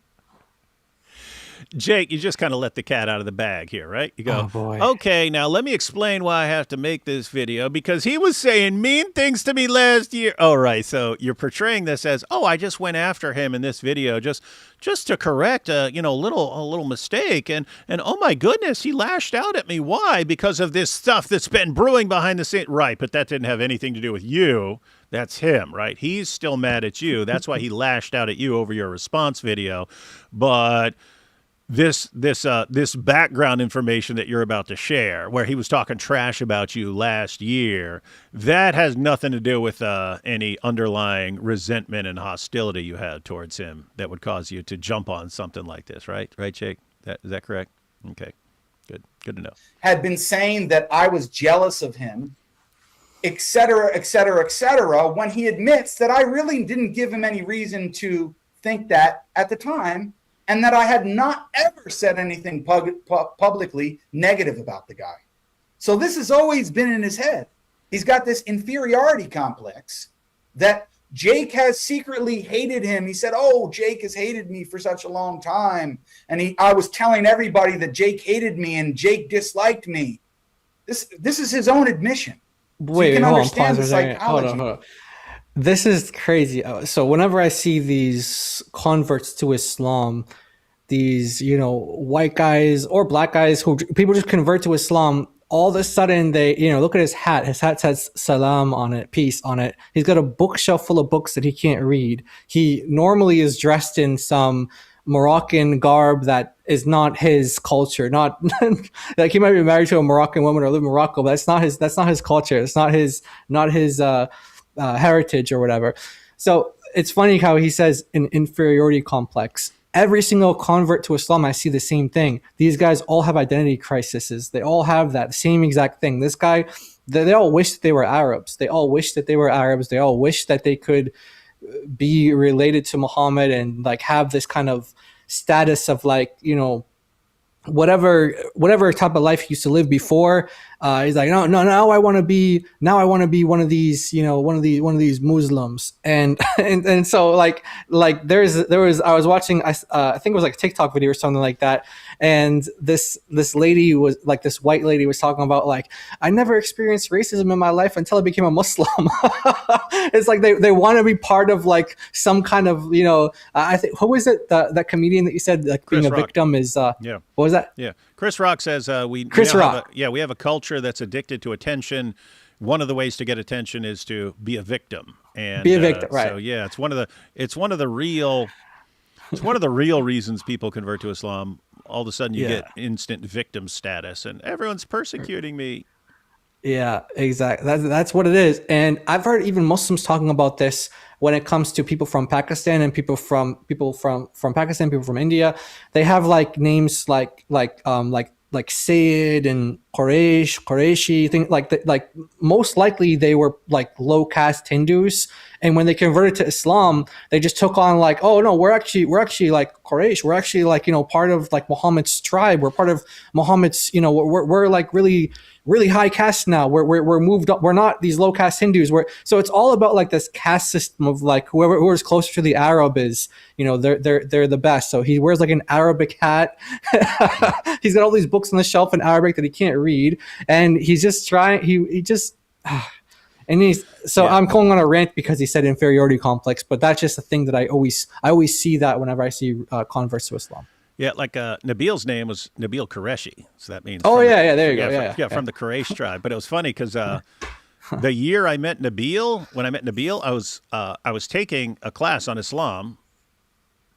I was taking a class on Islam when I met Nabil, and the professor there, who's a Muslim professor, he was talking about how being connected to Muhammad in Islam became so important that like when people moved to a different area or something like that, and they would just change their names to something that made them connected to Muhammad. And I heard that in class, and I went and told Nabil, I was like, hey, Qureshi, man. Qureshi, so you're part of Muhammad's tribe. Come on, dude. You guys named yourselves that years later, blah, blah, blah, blah, blah, right? And he's like, no, we go back. And anyway, I'm like, come on, dude. You're all the way out there, India and Pakistan. What's more likely? You guys change your name or that Arabs moved out there and they're in your family tree.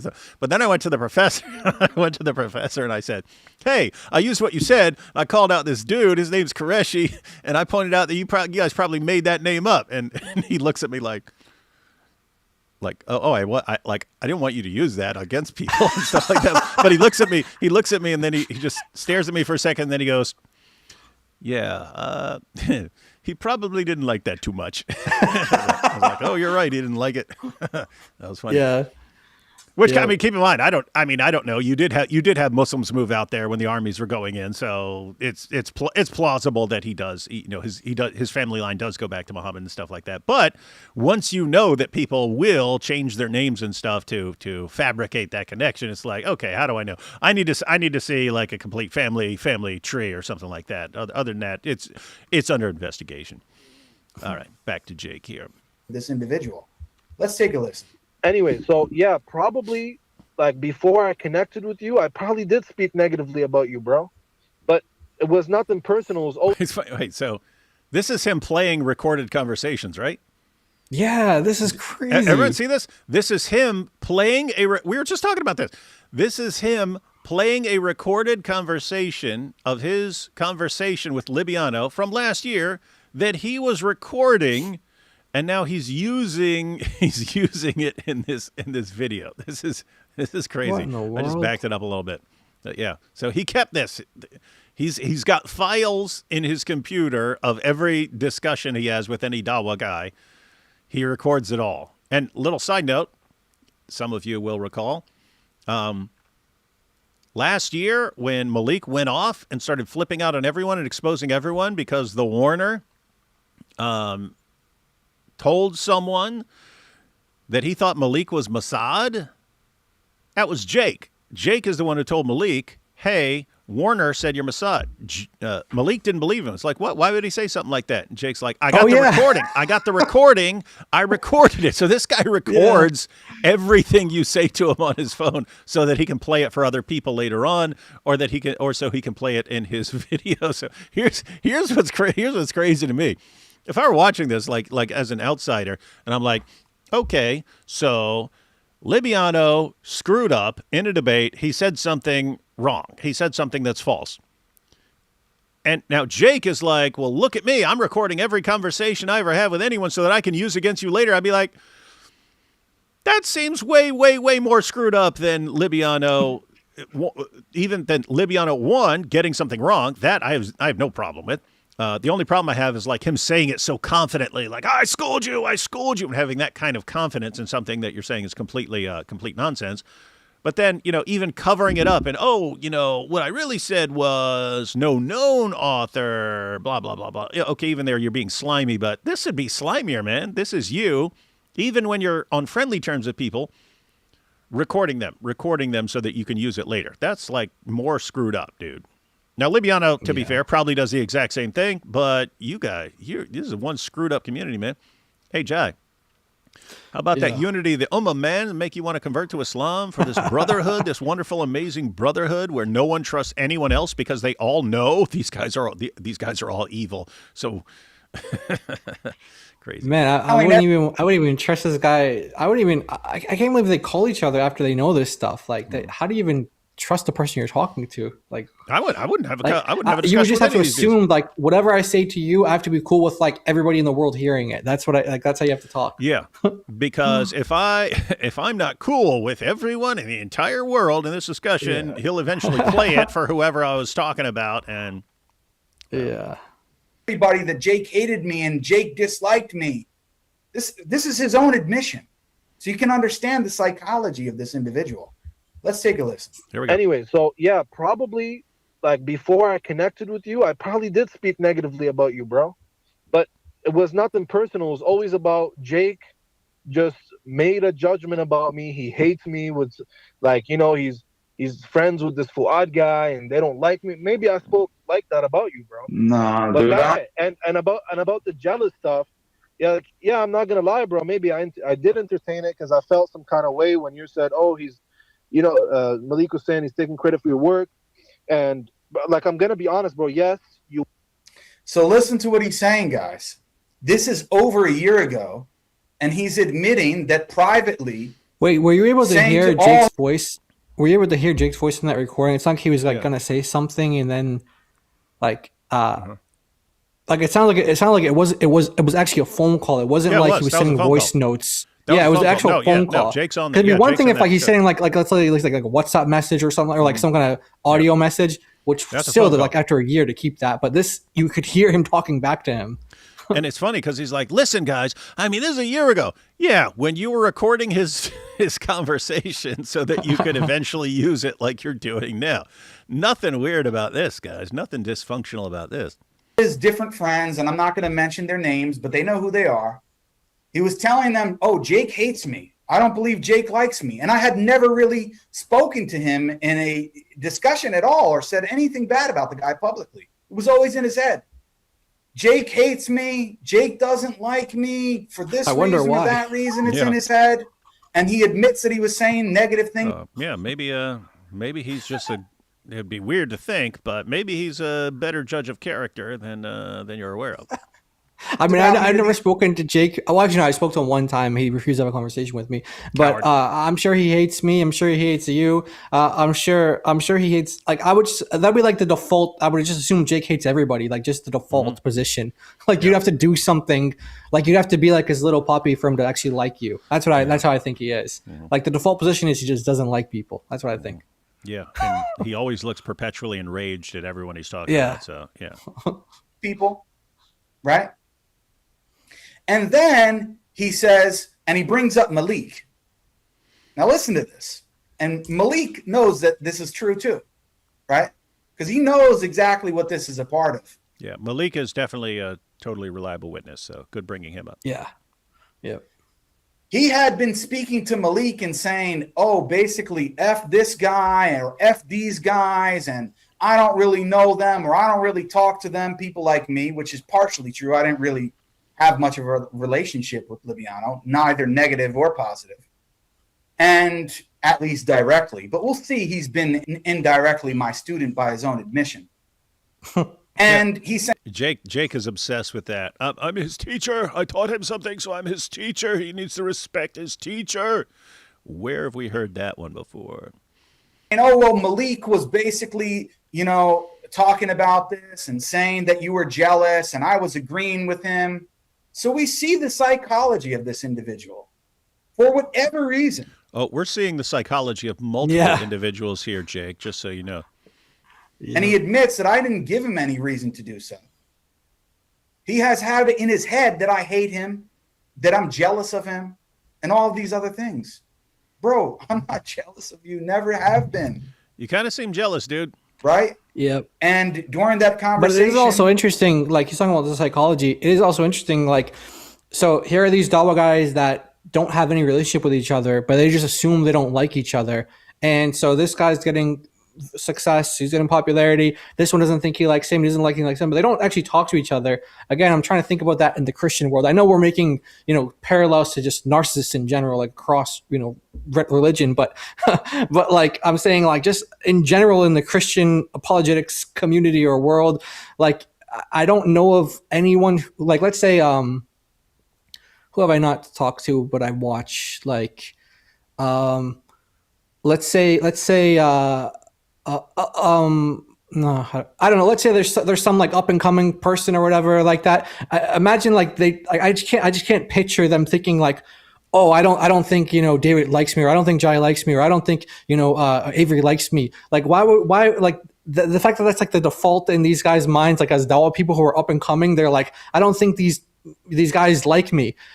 That just tells you a lot about the community. Like they because they all know, like Muhammad Hijab even said this. He said this in his rant where he's talking about this, and he said, you guys don't like to see people come up. You like to step on people. You like to bring people down. There's a reason why no one can get successful in the Muslim world. He said, in the Dawa world, whatever. You guys are always trampling over each other. So that's kind of like a huge difference between like a huge contrast between the two worlds of Christianity and Islam. When it comes to Dawa, when it comes to apologetics, that Dawa, they always want to, it's like the lobsters it's like the lobster, like, trying to tear each other down. Like they don't want that one to get out.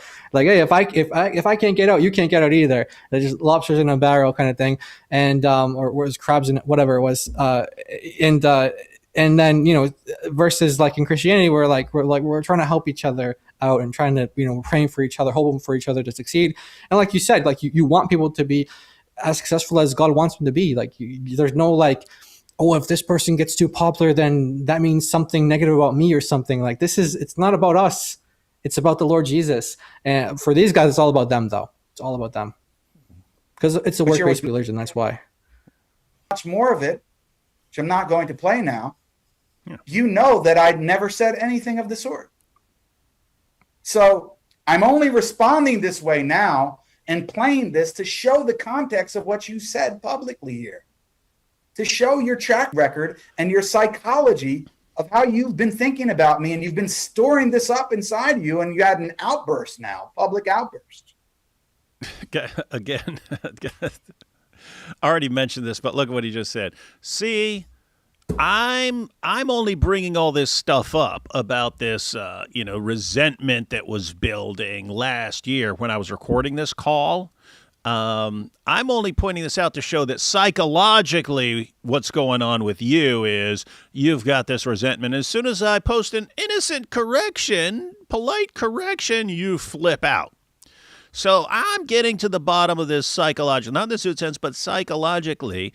And it's like, dude, you're showing your psychology here. You're still butthurt, not in the Zoot sense, but you're still butthurt over what happened last year. You're waiting for an opportunity, and you knew that as soon as you posted a response, he's gonna run his mouth back, and that you could then, well, I've got the receipts that I recorded last year. If I was a fan of Jake, I'd still I don't know why his fans aren't like, wait, you're recording everyone's calls and stuff, and you're still mad about that thing from a year ago, and now you're bringing it up, and come on, dude, weird. So I hope that people can see this. Oh, we can see it. But now, let's see really who has a reason to be jealous or not. I'm not saying he's jealous of me. I wouldn't make that. That's exactly what you're saying. Right? That's exactly what I'm saying. saying. I'm not saying he's jealous of me. But the reality is, I didn't gain anything from you, bro. Neither from friendship, Dean matters. That's why you're mad at him. You guys always think, oh, I will teach this person something, or this person's going to use something I gave him, and therefore now he's indebted to me and he has to pay me back. And I haven't gotten anything from you, and therefore I'm perpetually enraged. From argumentation, from this whole thing about like what has Libiano contributed to the Dawa scene, I think what he's kind of getting at here. When Central Dawa tried to sell his Discord course Discord server, where he was like giving, notes from like Jews for Judaism, like a counter missionary Jewish website, or like Unitarians that are like websites or whatever, like he's basically just taking notes from all anti-Christian platforms, and he's putting it into a Discord server. And Libiano called him out on it. He's like, none of this is your knowledge. Like, you don't have anything. And at the time, Libiano was saying that he doesn't even have $20 worth of knowledge a month. He's like, do you think your knowledge, because I guess that's what it costs for the Discord server, is like $20 a month or something like that. He's like, do you really think your knowledge is worth $20 a month? That's just Libiano speaking to Central Dawa. And Central, I don't think he responded, but then he said, I don't think mine is. So Libiano back then, when he was like, a little bit more honest about his abilities, he admitted that he doesn't even have any. Basically, what he's trying to say is he doesn't have anything to bring to the Dawa world, anything that's unique to him. So what Jake is pointing out here is that Libiano really doesn't have anything to offer. So he's like, why would I be jealous of you? Well, I can think of reasons why he'd be jealous of Libiano, not because of contributions to the Dawa world, but because he has like followers, and he's got more success in the Dawa world. It's basically like who can lie better, basically. Like that's pretty much what it is. It's like who can lie better, or worse, depending on your perspective, who can lie worse, who can lie better, and who can, dupe the most Muslims into following them. And Libiano has won that battle against Jake. So there you go. Yeah. I guess there's something he might be jealous of there. Not knowledge based, but practicality based, I guess. Yeah. Libiano is just more popular than Jake. Yeah. Friends, nothing. I met you one time in Morocco. I was nice to you. I let you in my apartment. We did a live stream together, just kicking it, me, you, and John Fontaine. We went out to eat together. I believe that I paid for that. No problem. None of this. You see that? I believe I paid for that. See, you're more indebted to me. You owe me more. You owe me more reverence for all this. You owe me more respect and more reverence because of all this stuff I did for you. Expecting a reward. But by the way, that's part of like a lot of people in a lot of cultures. Like most people, like when you have a guest, like you're the one that takes care of the people. So the idea that he's like, I paid for the restaurant. It's like, well, you just said he was staying at your apartment. So like normally that's what people do. Like when they're hosting, they pay for the things. Like it's not like a rule. Like a lot of people fight for the bill, especially like in Arab culture. But him saying that is just also just putting stuff in his face. Like these are things like the Bible. Again, major contrast with Christianity. Don't let your left hand know what your right hand is doing. When you do good things for people, when you do good deeds, the Lord says, keep that secret, and God, your Father who sees you in secret, will reward you openly. And so you don't like brag about what you've done or like things that you've done for people, because otherwise Jesus said, otherwise you have your reward.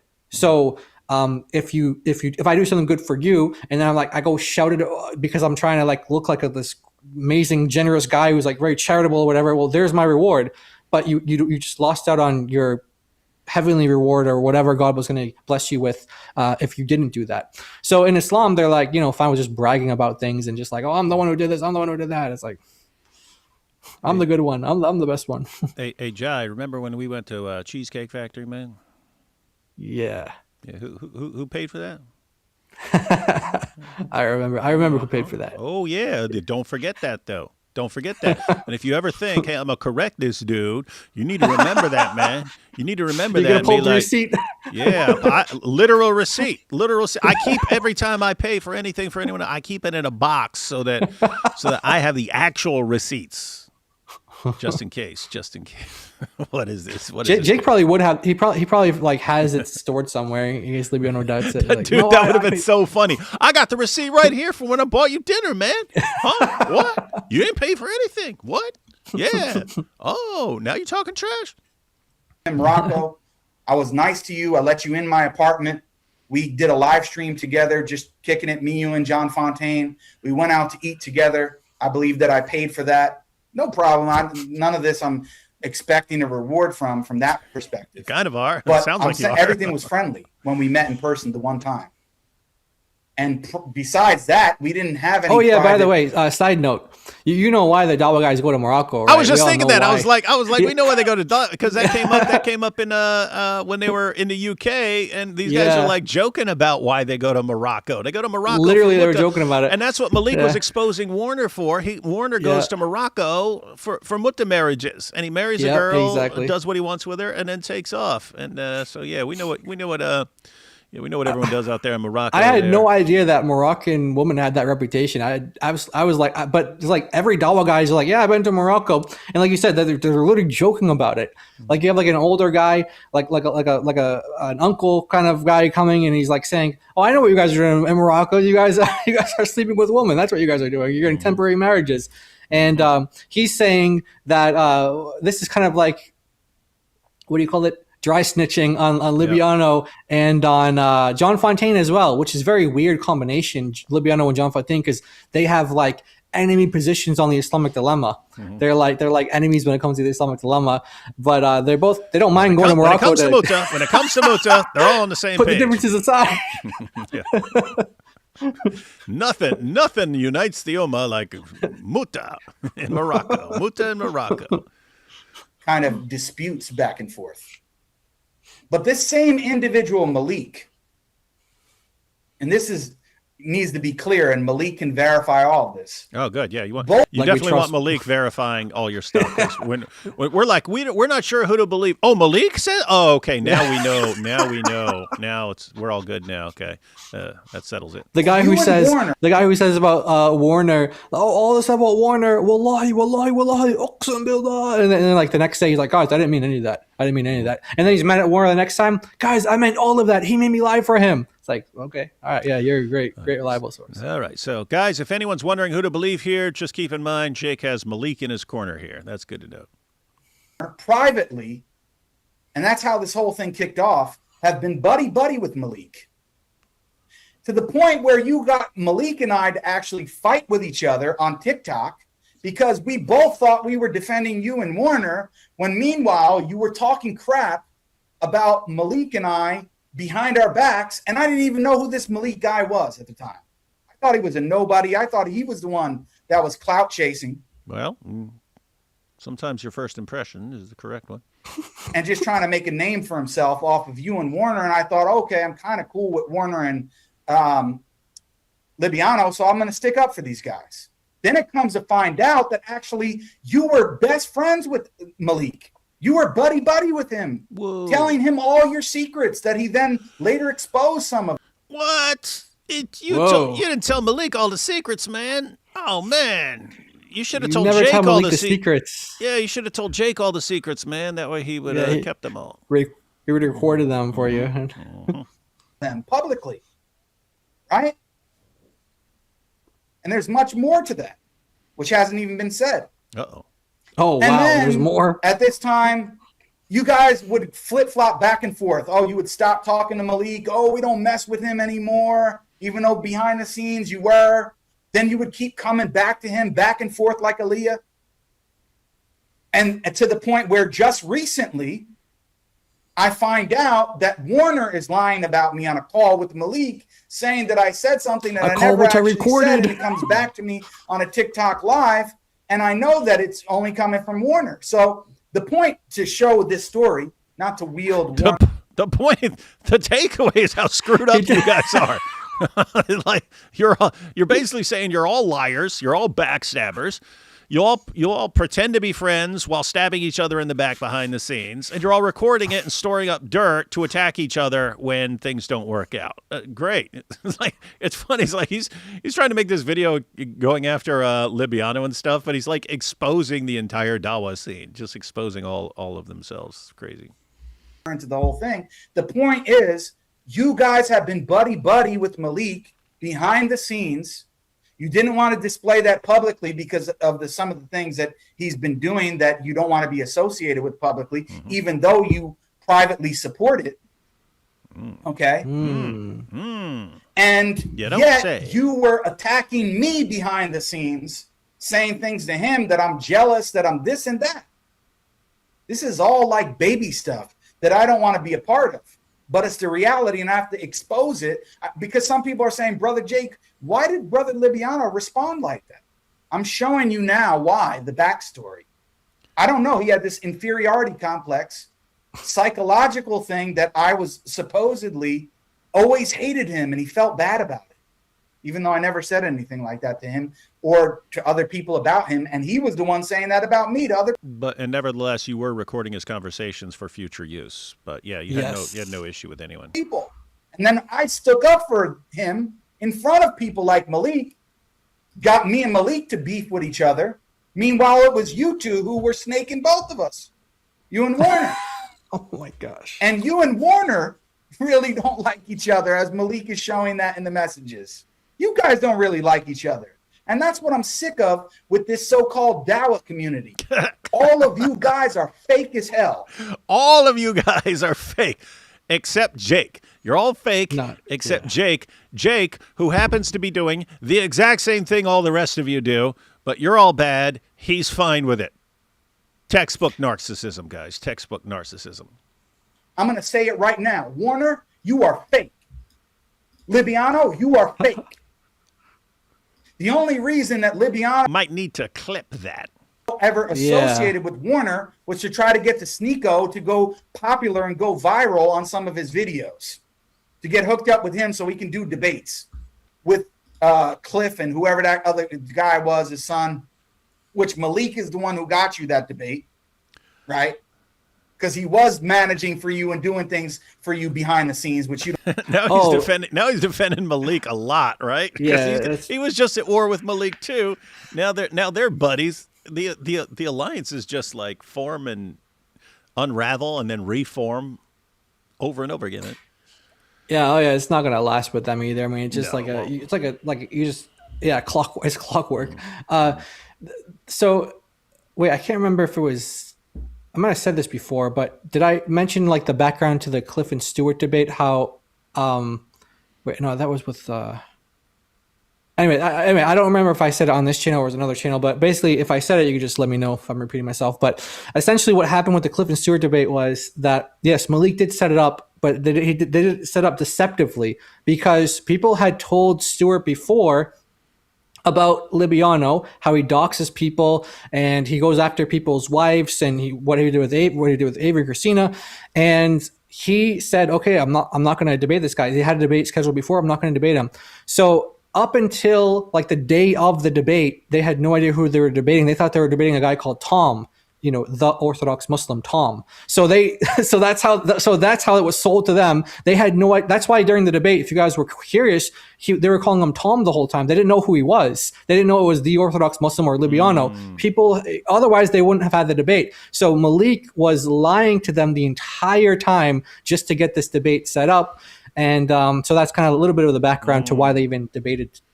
And Matt, like you can't even use your actual name to set anything up because people want nothing to do with you because you're a liar and a doxer. This is creepy. Take a couple super chats real quick, man. David, this is from Coco. David, I'm so excited to meet you next month. Oh, that'll be cool. What God has done in your life is amazing, and you're one of my favorite people. Yeah, the bar is set low. Just kidding. What's next month? Oh, Avery's conference thing. Yeah, I'm guessing that's what it is. You also, because I'm at a couple things next month, but I'm assuming that's what it is. You also a great friend. You'll do whatever you have to help your friends. See you soon. All right, cool. Well, let me know. Let me know this was you when I see you. Was about Jake getting. Oh, this as far as the super chat before we started was about Jake getting bench warmers in his 1v10. Yeah, I clicked on that just to see who was involved. I didn't see anyone I recognized except Jake. So that was interesting. So Sheikh Uthman had his, and it's almost everyone we know. Yeah. And then they did one with Jake, and it was people I had no clue who they were. Now, I have no idea what kind of job they did, but I didn't see anyone I recognized. Poor Jake. I just saw a crash out between him and the moderator. Yeah. That's the only thing I saw. Yeah, and I heard about that because he was whining about it right after it happened. Poor Jake always looks like he just ate a lemon. Yeah, I said that, like offering some helpful advice like last year. I'm like, dude, you look perpetually enraged no matter what you're talking about, dude. It would help to, come across as friendly every once in a while. I was there in Cleveland. Jake's career should have ended there. The personal attacks that made no sense and saying D Wood is jealous of Islamic heaven. I know, that was some weird, creepy stuff. Awaiting the new movie in September, Run, Hide, Fight Infidels by Shapiro. Expecting the left to curl up into a giant ball of rage, maybe spontaneously combust. Hi, David, Jai, and Issa. God bless you guys. Yeah, might check. I'll check the reviews first, and I don't mean the reviews on like Rotten Tomatoes because you'll have a bunch of people who are just gonna. Like, I'll judge a movie based on whether it's a good movie. It could be a movie that I completely disagree with the message. I can still say that was a good movie. I disagree with the message, but it was a good movie. Likewise, someone can make a crap movie and I agree with the message, and okay, it's a crap movie. So anyway, I'll have to. The point is, I'll listen to people that I kind of trust as far as their movie reviewing skills. What's it say on Jake's cap? Make Allah great again? it says salam, which means peace. I asked ChatGPT who best critics of Islam are, and you were one of the tops. Then I asked about Muslims, and hijab was the first one. Not going to lie, I laughed. Hope all you're having a blessed day. What are the top 5 books for Christian evangelism and apologetics for beginners? Right now, I would say I would recommend 2 books by Greg Kokel, Tactics, and what's the other one called? Oh, isn't it like it's like a continuation or something, or it's a related he takes the Street Smarts. Street Smarts. Yeah. So Tactics by Greg Kokel and Street Smarts. Street Smarts, he takes it and has like a bunch of like sample discussions for all the main issues that are going to come up. So he deals with like, okay, you might be talking to a Muslim, you might be talking about to a leftist and stuff like that, and how you would kind of use the how you kind of use the tactics there. Keep in mind, like when I talk about DAWAH guys and tactics, I'm talking about deceptive tactics, but like we all use tactics. Like, how do you start a conversation? Okay, that's a tactic. That's a tactic of like, okay, what do I do in this situation to get a conversation started? That's a tactic. So he's using tactics in the good sense. But yeah, I'd recommend those. After that, like I regard those as foundational. Like every Christian, whether for evangelism or apologetics, should read those. After that, I'm normally thinking like, okay, what are you interested in? You're going to be talking to Muslims. You're going to be talking to atheists. You're going to be talking about social issues. You're going to be talking about politics. What are you going to be? What are you going to be talking? What are you going to be talking about? Like who's your target audience? Kind of what country it's in, because that can matter. Because sometimes how what you'd say in Pakistan might be different from what you'd say in the United States or something like that. So, you have any thoughts on that, Jai? Yeah, like really, yeah, it really depends on the focus that you're going in. Like obviously, if you're like yeah, like you said, like if you're going to atheism, you're like like William Lane Craig's books and things like that. J.P. Moreland, Alvin Plantinga, things like that. But Jewish stuff, you got like tons. Actually, there's more and more people writing about Jewish stuff, getting the Jewish apologetics, like witnessing to rabbinic Jews, Islam. Yeah. So there's all sorts of different things. But yeah, for foundational kind of books, yeah, tactics. I remember we did that. We did it in like a group study. We did that like in a we did like a Discord server. Like a bunch of us got together and we all went through tactics together. It was really good. And it was like a study version where it had like questions and stuff like that at the end. So you like read a chapter with the group and then you kind of go through like a workbook. But I don't have like a top 5, but there's one that I recommend. It's not called Putting Jesus in His Place anymore. What's it called? The Incarnate Christ, answering the critics or something like that. It's by Robert Bowman Jr. Right, and then the other guy whose name I can never pronounce. Ed Komaszewski. But it's spelled Komaszewski, but it's pronounced Komaszewski. Yeah. That's a really good one because you always want to have like your foundations down. So that's going to give you all of your groundwork for knowing basically like everything you need to know about the deity of Jesus and how to defend it, how to argue it, like where to go, and just great foundations there. And so that's great kind of groundwork for that deity of Jesus. And then you also want to a lot of these like for example, even when you get into like Jewish apologetics and stuff like that, you're going to get a strong foundation in the Old Testament as well. So this is all going to be like stuff that will help you out in your faith as well, kind of learning your faith more. So yeah, I don't have like a top 5, but those are like some that I'd go to.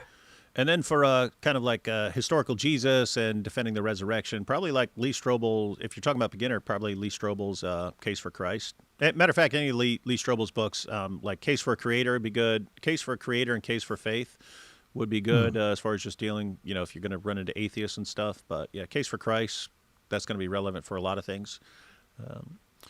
David Sunshine Thief Sagata exposed. That's what I do. CP Christian Prince email, same guy as the Mr. Hijab trial one. Yeah, probably the same email address there. Seems to me a better theory is, it's a little embarrassing to be wrong about something for 16 years, so it has to be real. Yeah. These men desperately need the freedom that comes with Christ breaking you free from your sins. Let us pray for all of them. Yeah, guys, don't forget this is ultimately a spiritual battle. If Jake was really OrthoDucklips' friend, then correct him behind the scenes and don't make a live stream about it. Yeah. You speak a language that he knows. You say, quack, quack, man. Quack, quack. Following up on my previous super chat, Jake wasn't there. Poor guy. Ladder, glue in angle 2 wall for folks with OCD. All right, I'll remember that. And who's got a better hat, Jay or Jake? Do you mean Jai? Oh, I was thinking like, does Jay Dyer wear hats? I don't even know. Yeah, I don't know. I don't remember. Sam prophesied Jay's marriage will fail. Jay says Sam apologized and now they're buds. Reality is he can't get God logic to debate, so he's grifting views with Sam. Oh, I know. These guys normally can't stand each other, and they suddenly become buddies. And it's like, dude, this isn't like I just said something mean. I prophesied. Sam prophesied that his marriage would fall apart. He made the prophet. He even said it. I'm going to prophesy right now. And then, okay, I was just mad. Okay, then you're a false prophet? Like you're making up prophecies when you get mad at someone and then you prophesy God's judgment on them, and then later, I was just mad. Wait, so when you're mad, you make up fake prophecies? That's pretty screwed up. What do you say? You know who else prophesies now? Malik. Oh, yeah? Malik prophesies now. Yeah. Guys, I prophesize this is going to happen. Oh, he's copying he's Sam taking too. all those language. Yeah. Well, they supposedly talk for hours at a time and stuff. Let's see. Getting tired of hearing about the Christian Prince letter beef. Yeah, I mean, as soon as I said, "Hey, not my email, never sent it, never saw it until now," you'd think that's the end. No, because he can't just say, "Okay, I screwed up." It's the same thing, right? It's the same thing with like Liviano. You can't just say, "Hey, I screwed up." If this wasn't Dawa, I would call this a response driven out of intellectual integrity. Sorry, Jake, not sorry, but it's Dawa. As someone who was for years in the deeper parts of internet communities, this is a millennial thing too. Normies, well-adjusted people, don't think in layers of saving clips or recording. Discord culture is an outgrowth. Pretty creepy. Oh, interesting. Why is the main point of the video why you made the video? Sub to Elijah Johnson Apologetics. Yeah, we're gonna get Elijah on with us here in the very near future. With Dawa snitching, you can't say it was not in the Zut sense. Yeah, you don't know. It could be in the Zut sense. The hypocrisy is through the roof. It always is with Dawa. A perfect example is I used to do this all the time with people years ago. Record Skype and TeamSpeak, screenshot messages, follow people's reputation across sites' usernames, or look for addresses. It's the same gross behavior. Whoa. That is screwed up. Wow. Good you're confessing. Hope you're not still like that. It's really disturbing to say, but at least Islam gives them theological justification. Internet people, like how I was, do it simply just because, for simple human cruelty, which just goes to show how evil Islam is. That's interesting. DAWAH Wars 2. DAWAH Wars 2, Al Zut Boogaloo. They're referring, this is before your time. This is before your time, Jai, but there was a break into. The only thing bigger than the Al Zut are their egos. Jai is right, and it's why Central Dawa cried. He does cry a lot.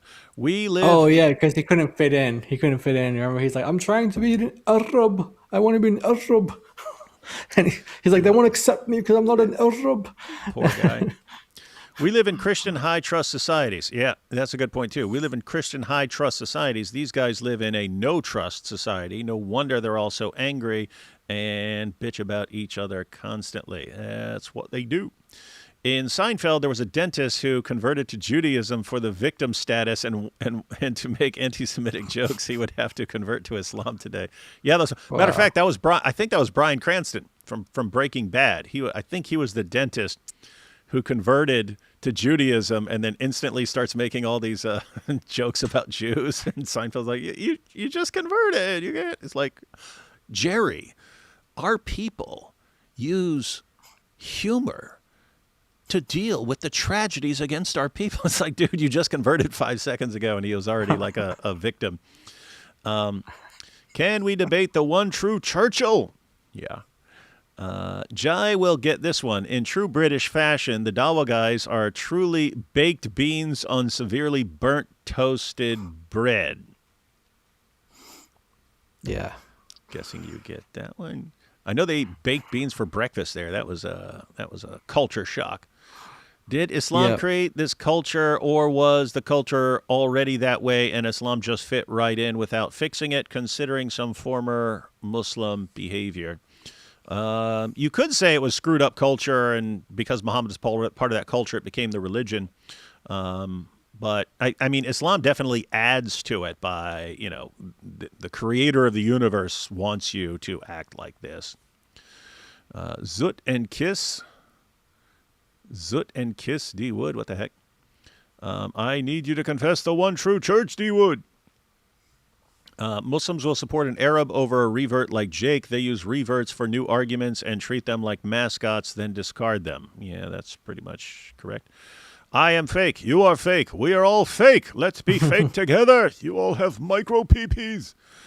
Rank the following from most wimpy to least wimpy. Ali Dawa, Jr., Malik, and Mike Winger. Most wimpy to least wimpy. So who's the most wimpy? Mike Winger. Mike Winger. Mike Winger is most wimpy. Then Malik. Then Ali Dawa. Then Junior. Junior only like became super wimpy like recently. At first, he was like willing to take on everybody, but he eventually gave in to the peer pressure and started backing out of stuff. Eastern Orthodox plus Groypers, yes, zut zut. Well, that's specifically the Ortho Bros. Malik lives in a trust fund baby society. Yeah. And lol, no, We're I'm under nothing. a bridge. Oh, We're under a bridge. Here's Buddy, who confessed that this is exactly what he used to do. He says, lol, no, I'm nothing like that anymore. Born again for a decade plus. I just recognize the internet culture parallels. He is risen.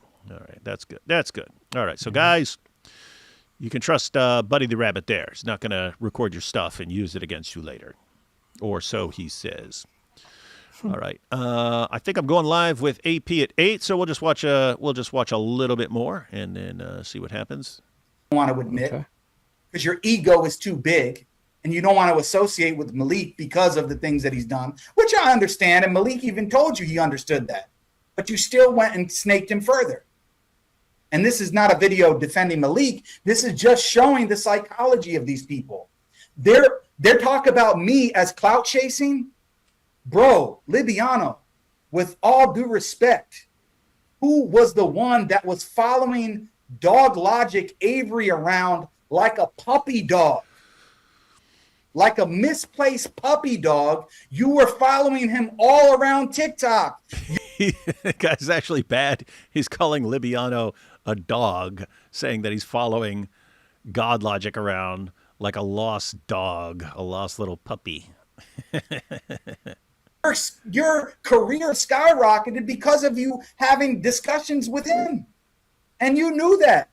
You even admitted to copying his logo and his 2.0 and, you know, his setup and all this kind of stuff. That's true. You admitted this. Because it's working for him. So, I'm going to copy it. You are so concerned with getting views and popularity. You think if I would be making this video? Everybody hates me because I'm against you. He just said everybody hates me because I'm against you. No, everybody hates you for multiple reasons, Jake. This would just be kind of the latest example for Libiano fans. But also for even people who aren't Libiano fans, they can look at this and say, my goodness, this dude's jealous of everyone else. So quote unquote against you because I made a public correction of you. And the same thing with Muhammad Hijab and Ali Dawah fans and Sheikh Uthman ibn Farouk, which let's bring up Uthman ibn Farouk. He recently did a 10-on-1 on Sean Kelly's podcast, right? Which you, Orthodox Muslim, you reviewed and you said that he lost to certain Christian speakers on there. I think one was Elijah. And you gave Elijah an 8 ranking out of 10 and Uthman a 2. And you said he lost and he basically got buried. Oh, but nobody had a problem with that. Nobody's going to come after Libiano for making a public video saying that in this one aspect of the debate that Uthman ibn Farouk didn't do well. And the only reason, Libiano, you know this. You could hate me. You could say Jake's a hater, this and that. But you can't disrespect my knowledge and what I've brought to the table in terms of Dawah, the intellectual content. Because we're going to hear that from your own mouth in just a second. Oh, wow. But I'm trying to think of what he brings to the table. It's not something that lasted. Yeah. No, the God's honest truth. About. You don't feel that way about Warner. You don't feel that way about Ali Dawah. You don't feel that way about Muhammad Hijab. You don't feel that way about Uthman ibn Farouk. You don't feel that way about Muslim Lantern, who you guys all secretly behind the scenes don't really like each other. How do we know that? Because Malik's exposing some of that. He's exposing the fact that you and Warner talk crap about each other and then get buddy-buddy with each other to talk crap about other people. It's all schoolgirl games. You guys are immature. So we know Warner doesn't really bring any... He records phone calls. And then to play them in videos over a year later and stuff like that. Yeah. And you guys are schoolgirls, and he's like recording your phone calls. This is seriously amazing about the narcissists. They will sit there and attack other people for doing exactly what they do, and it just doesn't click. They don't realize what hypocrites they are. Yeah. Thing to the table. He's a big body for no reason. He shows up to the pier, passes out some Qur'ans, mashallah, tabarakallah. But he's the same guy that said you could be a Muslim and deny that the Prophet Muhammad alayhi salatu wasalam was a true prophet. This guy doesn't know even how to spell deen. Come on, what are we talking about? So Libiano, he had... Well, they call him the Warner, not the speller. So, and that's true. And probably shouldn't be insulting someone from a religion that glorifies being illiterate for not being able to spell a word.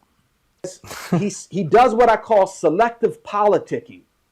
He befriends people, or he gets into relationships with certain people that he sees can benefit him. Brother Jake doesn't offer him any benefit. You know why? Because the only benefit that I offer is some little bit of knowledge that I have. Little bit of knowledge that I have, which he's taken from me. Okay. I don't offer anything in terms of... Okay, well, if all you have is a little bit of knowledge and he's already taken that, what else do you have for him? Nothing, right? Yeah, what are you crying about, man? Yeah, what are you crying about? You had something, he took it. Now what?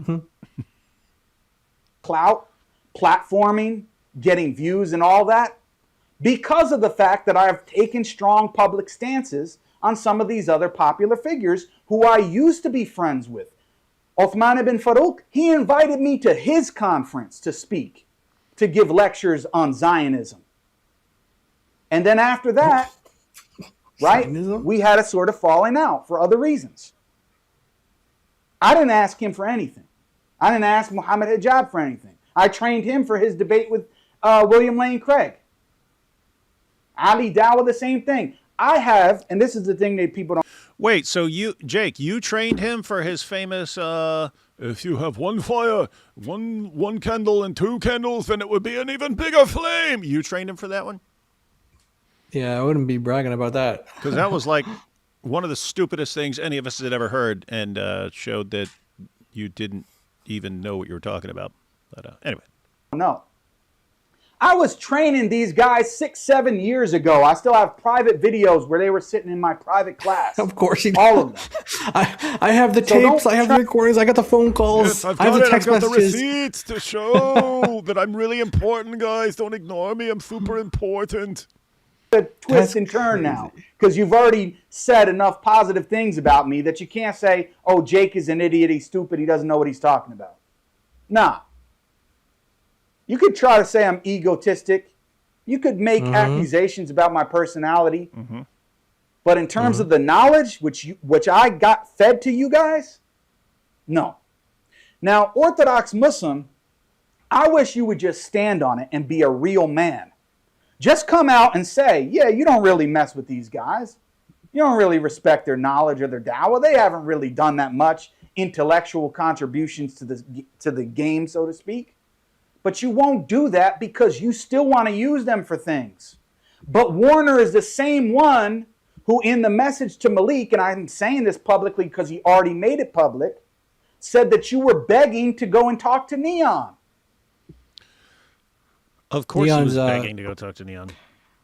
Neon's like, I don't know if he's like the top, or he's like definitely like top 5 of these like IRL streamers. He goes around to like, you know, concerts and talks to like celebrities. Claims to be he won't eat pork. He won't eat pork. But he's at the club with he's at every club with girls grinding on him all day and stuff. Yeah, it gets like 40,000 live viewers a stream. So Libiano's like, let me talk to this guy. Let me tell him about Islam, because he's like, you know, he's like a Indian Muslim born into a Muslim family or whatever. He doesn't really take, like I said, doesn't take Islam seriously, and he like has like gambling deals and stuff like that. So he doesn't take Islam seriously. But yeah, so that's Neon. That's Neon. This streamer who does a whole bunch of foolishness. Now, you're denying that, but that shows that you and Warner are not in accord. Warner was calling you a bum, essentially. Was calling you a brokey. You're a brokey with no money. And you're begging to talk to these different people. So you and Warner talk crap about each other to Malik behind each other's backs. You don't really like each other, but you just use each other for your own situations when you want. Sounds like Muhammad. But that's the entire Dawa community, right? You all use each other when you need something, but behind the scenes you're talking trash about each other, attacking each other, but then someone's constantly recording all the trash talking, and then they'll play it for the person he was talking trash about to cause division. Why? In order to get people to rally around him and not the other guy. And dude, Jake, you're part of this, dude. You're part of this dysfunctional community, man. And there's much more I could say about this that is from the private. I have the recordings. But I could say it because I got the receipts. I'm just dealing with public right now. But you guys are phony. Complete phonies. Libiano doesn't like these people. He doesn't really mess with them. He only likes yes men in his camp. And JB, I'm not one of them. I'm a lot of things, but I'm not a yes man. He's correct. JB. He should have went by JB instead of the Muslim division. Yeah. He is right here. He doesn't just automatically go with the rest of the Dawa scene. He'll call them all out, mainly to boost himself up by comparison. But to be fair. Now let's go back to the video. Oh my goodness, Mr. Libiano, because if you think I'm jealous of you, then why were you the same guy who came to my apartment and then went back to Malik and say, "Oh, I want everything that Jake has. I want to go and make hijrah. I want to go and live in Morocco. I want to go and have my own apartment. I want to be chilling. I want to do this and make this dawah." That's what you were saying. You wanted to be like me, son. Like Jake. If I could be like Jake. I want to be like Jake. If we could be like Jake. That's so he's actually claiming that Libiano's going around, "I want to live the life. I want to be just like Jake. I want to be rolling just like Jake. When I think of success, I think of Jake." Doesn't make sense though. Libiano means he's Libyan. Why would he want to move to Morocco? Why would he want to move to Libya? Well, if you're into Muta. Okay. Is it the Muta thing? You want endless Muta, right? Because right now they go on like Muta vacations. They go there, they do a bunch of Muta, then they come back, and then they have to wait to the next trip to do more Muta and stuff like that. But if you just live there, it would be just Muta all the time. Muta all the time. Muta all the time. I feel like Libiano would get by better because he can actually speak the language, to at least the colloquial language. I don't know if I'm buying Jake's story here, but let's see. Hang on. Jake, the Michael Jordan of Dawah. Jealous of you. You're what, 23 years old? I'm 35. I'm 12 years older than you. And he's already more popular. I was researching and doing this stuff and having discussions with people and doing dawah on the street before you even came to Canada. You were still in Libya, bro. Nobody even knew you. Could you even speak English back at that time? So you have no respect at all. You have absolutely no respect. You guys are getting to the heart of it right here. It's all about, you all need to show the proper respect to Jake, the Muslim metaphysician. Like, are you kidding me? You were never that big, dude. You were never big at all, right? It would be one thing for Zakir Naik to say that, or even like a Muhammad Hijab to say that or something like that. You were just never... You were never the guy, dude. And you, have invented this fantasy world where you were the guy. You were the guy. And it's a delusion, man. Respect for anybody, even though you said this to me right here. Listen up. Uh-oh. Here we go. Were my gateway into credit for your work, and I'm gonna be honest, bro. Yes, you were my gateway into patristics. I certainly want influence in order to kind of revolutionize the space, because I feel that Muslims are very outdated in their polemics and apologetics, and I think people like you, for example, have started a revolution almost. Do you hear that? That's Libiano speaking to me. That he feels that the polemics and the back and forth between Christianity and Islam is outdated. That's the exact same thing that I was saying about Zakir Naik and Ahmed Didat, right? No disrespect to them, but that's what I was saying. So now when he says it, there's not going to be any hating on him, right? Because it's Jake. Okay, no problem. Well, nobody And then knew he about it said, because it was in a private. It was in a Yeah. private call with you. He's acting like people were supposed to call him out on that. It's like, dude, this was a private call with you or message or whatever. Like, how are people going to supposed to know about this to call him out on it? Yeah. Why didn't you call him out for what he said to me in this private discussion that I recorded and I'm only playing now? Huh? Yeah, explain that, people. Explain that one. Make it make sense. Revolutionized it. Let's listen to that again. That are very outdated in their polemics and apologetics. And I think people like you, for example, have started a revolution almost.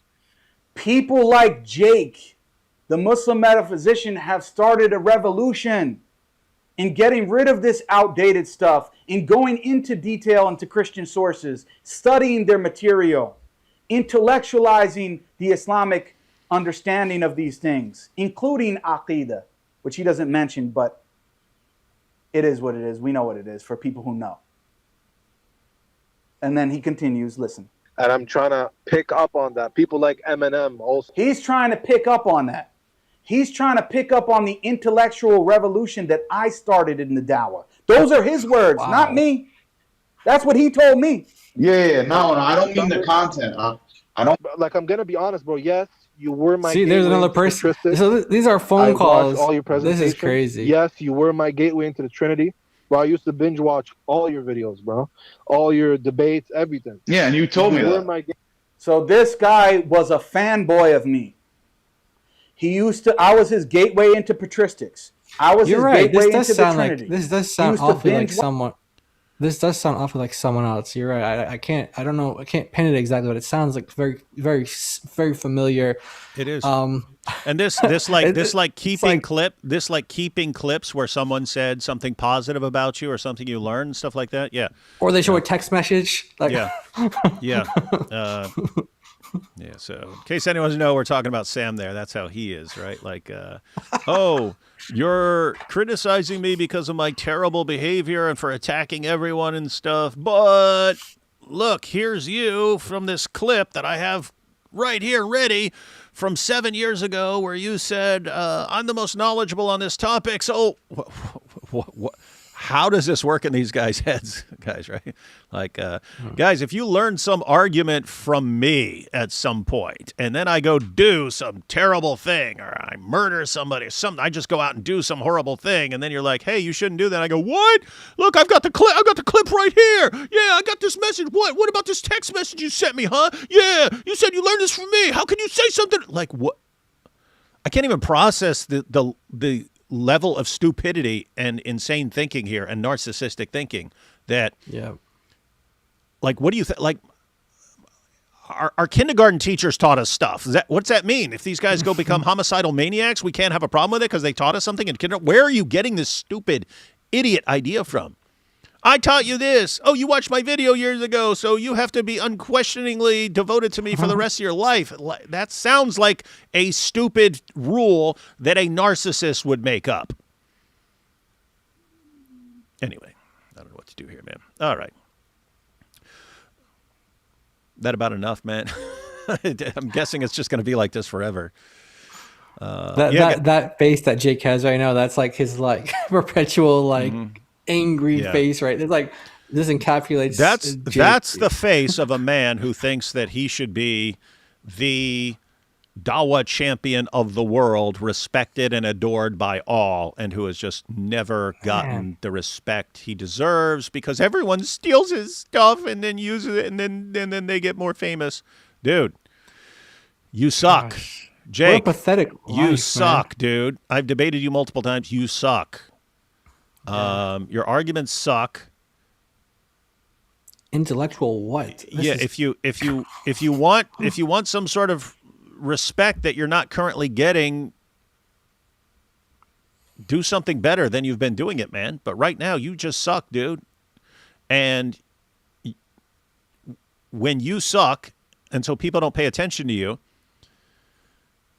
it enrages you. And so you're perpetually enraged. And then you attack in every direction. And so your goal, instead of you improving yourself and becoming better and coming up with better arguments, your goal is to tear everyone else down, tear everyone else in the Dawa community down, so that if you tear them all down, then that somehow elevates you by comparison because you tore everyone else down. But guess what? You have an entire community. The entire Dawa community is all doing the exact same thing right now. Everyone is trying to tear everyone else down so that they can get a step up by comparison. And the result is you're not. You're just all you're all going down in flames right now. And it's pathetic. And guess what? There's nothing you can do about it because we've programmed you to be like this and you're stuck. You're trapped. There's nothing you can do. Live with it. Live sinking into irrelevance. Don't worry. It won't be much longer, buddy. Won't be much longer. Take these last couple of super chats. Jake's crash out makes me think of that scene from Dr. Dolittle 2. So young, so angry. Damn that rap music. I never saw it, so I don't know how to say that line correctly. Ezra lives, Jake. Yep, that's what his hat says. If they were taking Jake's private class, what does it say about the quality of Jake's private class? No, I don't mean that other way, right? But yeah, if they're all taking Jake's class and they all suck, what's that say? Yeah. What's that say about Jake's class? Good point. Good point. It's the difference between one group fighting over a shrinking pie and another group, Christians, with a growing pie, helping our seeing the increase. Yeah, I guess that makes sense. If Dawa is shrinking, then they're all kind of just trying to latch on to the last little bits as it's all crumbling and stuff. Whereas we're the reverse. They say Mutter, and I hear Mutter, German for mother. Ja, Mutti. And I think, how sick is this cult? In comparison, I find Mo's Al-Zut encounter less disturbing. If you are that guy, why didn't you solve the Islamic dilemma? That's what's funny. He keeps doing the debates, thinking that he's going to show that he's the guy, and it just never, ever works out for him. Lol, that woe from Jai at my supers was like a knife in the conscience. This is Buddy the Rabbit. It's talking about how... yeah. I'll tell you why. It's because I know... Okay, so when you were describing that, I had a friend some years ago, and their brother was playing like some game, and they were like in this Discord server, and basically the brother like beat this person, like random person in the game, and I don't know what happened after that, but they became like this guy that he beat in the game, and they were like on the Discord server. He like called up this person's mother and was saying like he's like in the hospital or something like that. Like he like just troll, like I guess they call it trolling, but that's like crazy. That's like crazy level trolling. Like you made this lady think her son's in the hospital or something like that, and it's just because he got beaten in a video game, and he was like trash talking in a Discord server. So when you said that, like, you know, you used to like take screenshots and recordings and like, you know, do that whole harassing thing. It's like I remember the situation where I knew of this person who that happened to, and so I was like, whoa, yeah, that's really like a lifestyle that some people live. So, but yeah, like we're all, like you said, 1 Corinthians 6:11, like such were some of you. So yeah, it's not holding it against you now. You know, it's all behind you, and it's too late. We want nothing to do with you, Buddy the Rabbit. If that's how you were, you're stuck like that forever. There is no change. You are anathema. Jake is mad that Ducklips is stealing his sunshine. He should hire a Pakistani to write a stern email. Yes, that would be funny. Listen here, Ducklips. You are stealing my sunshine. We don't want competition with you. That would be funny. What's crazy is neither one of those guys would fall for it. Although I don't know, because other people fall for those kinds of things.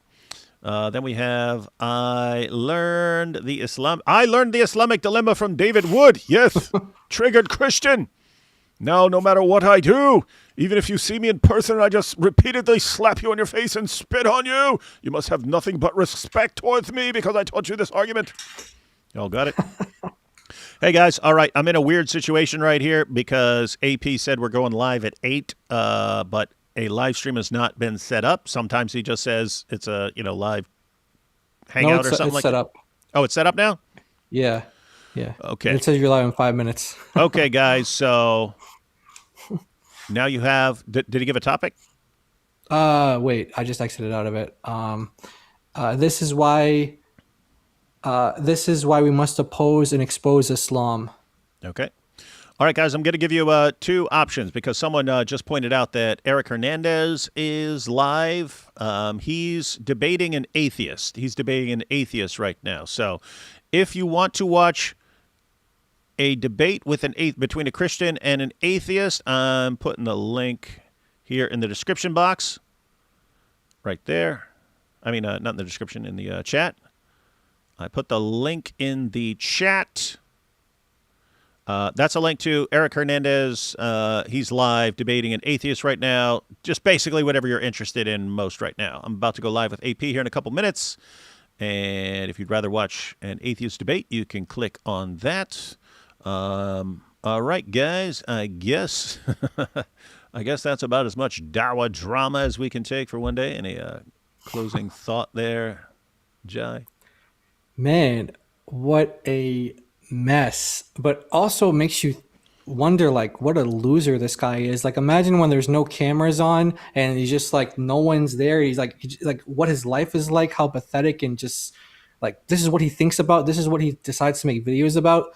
Like, he's not even doing it for like his fake religion or his fake God, or he's like, he's just all about himself, like glorifying himself, all about his ego, just worshiping the self. And so, yeah, pray for Jake, guys. Pray for him. We pray for these Muslims and pray that they come to the Lord Jesus, because this is very, very, it's like Dawa to destruction is like the pipeline of Dawa to destruction is very, very fast, very move. It is total meltdown, crash out after crash out. 2026 might be the year of the crash out. That's what it's sounding like. All right, guys. If you're going to watch me and AP, see you on a couple minutes. Other than that, we'll catch you all later.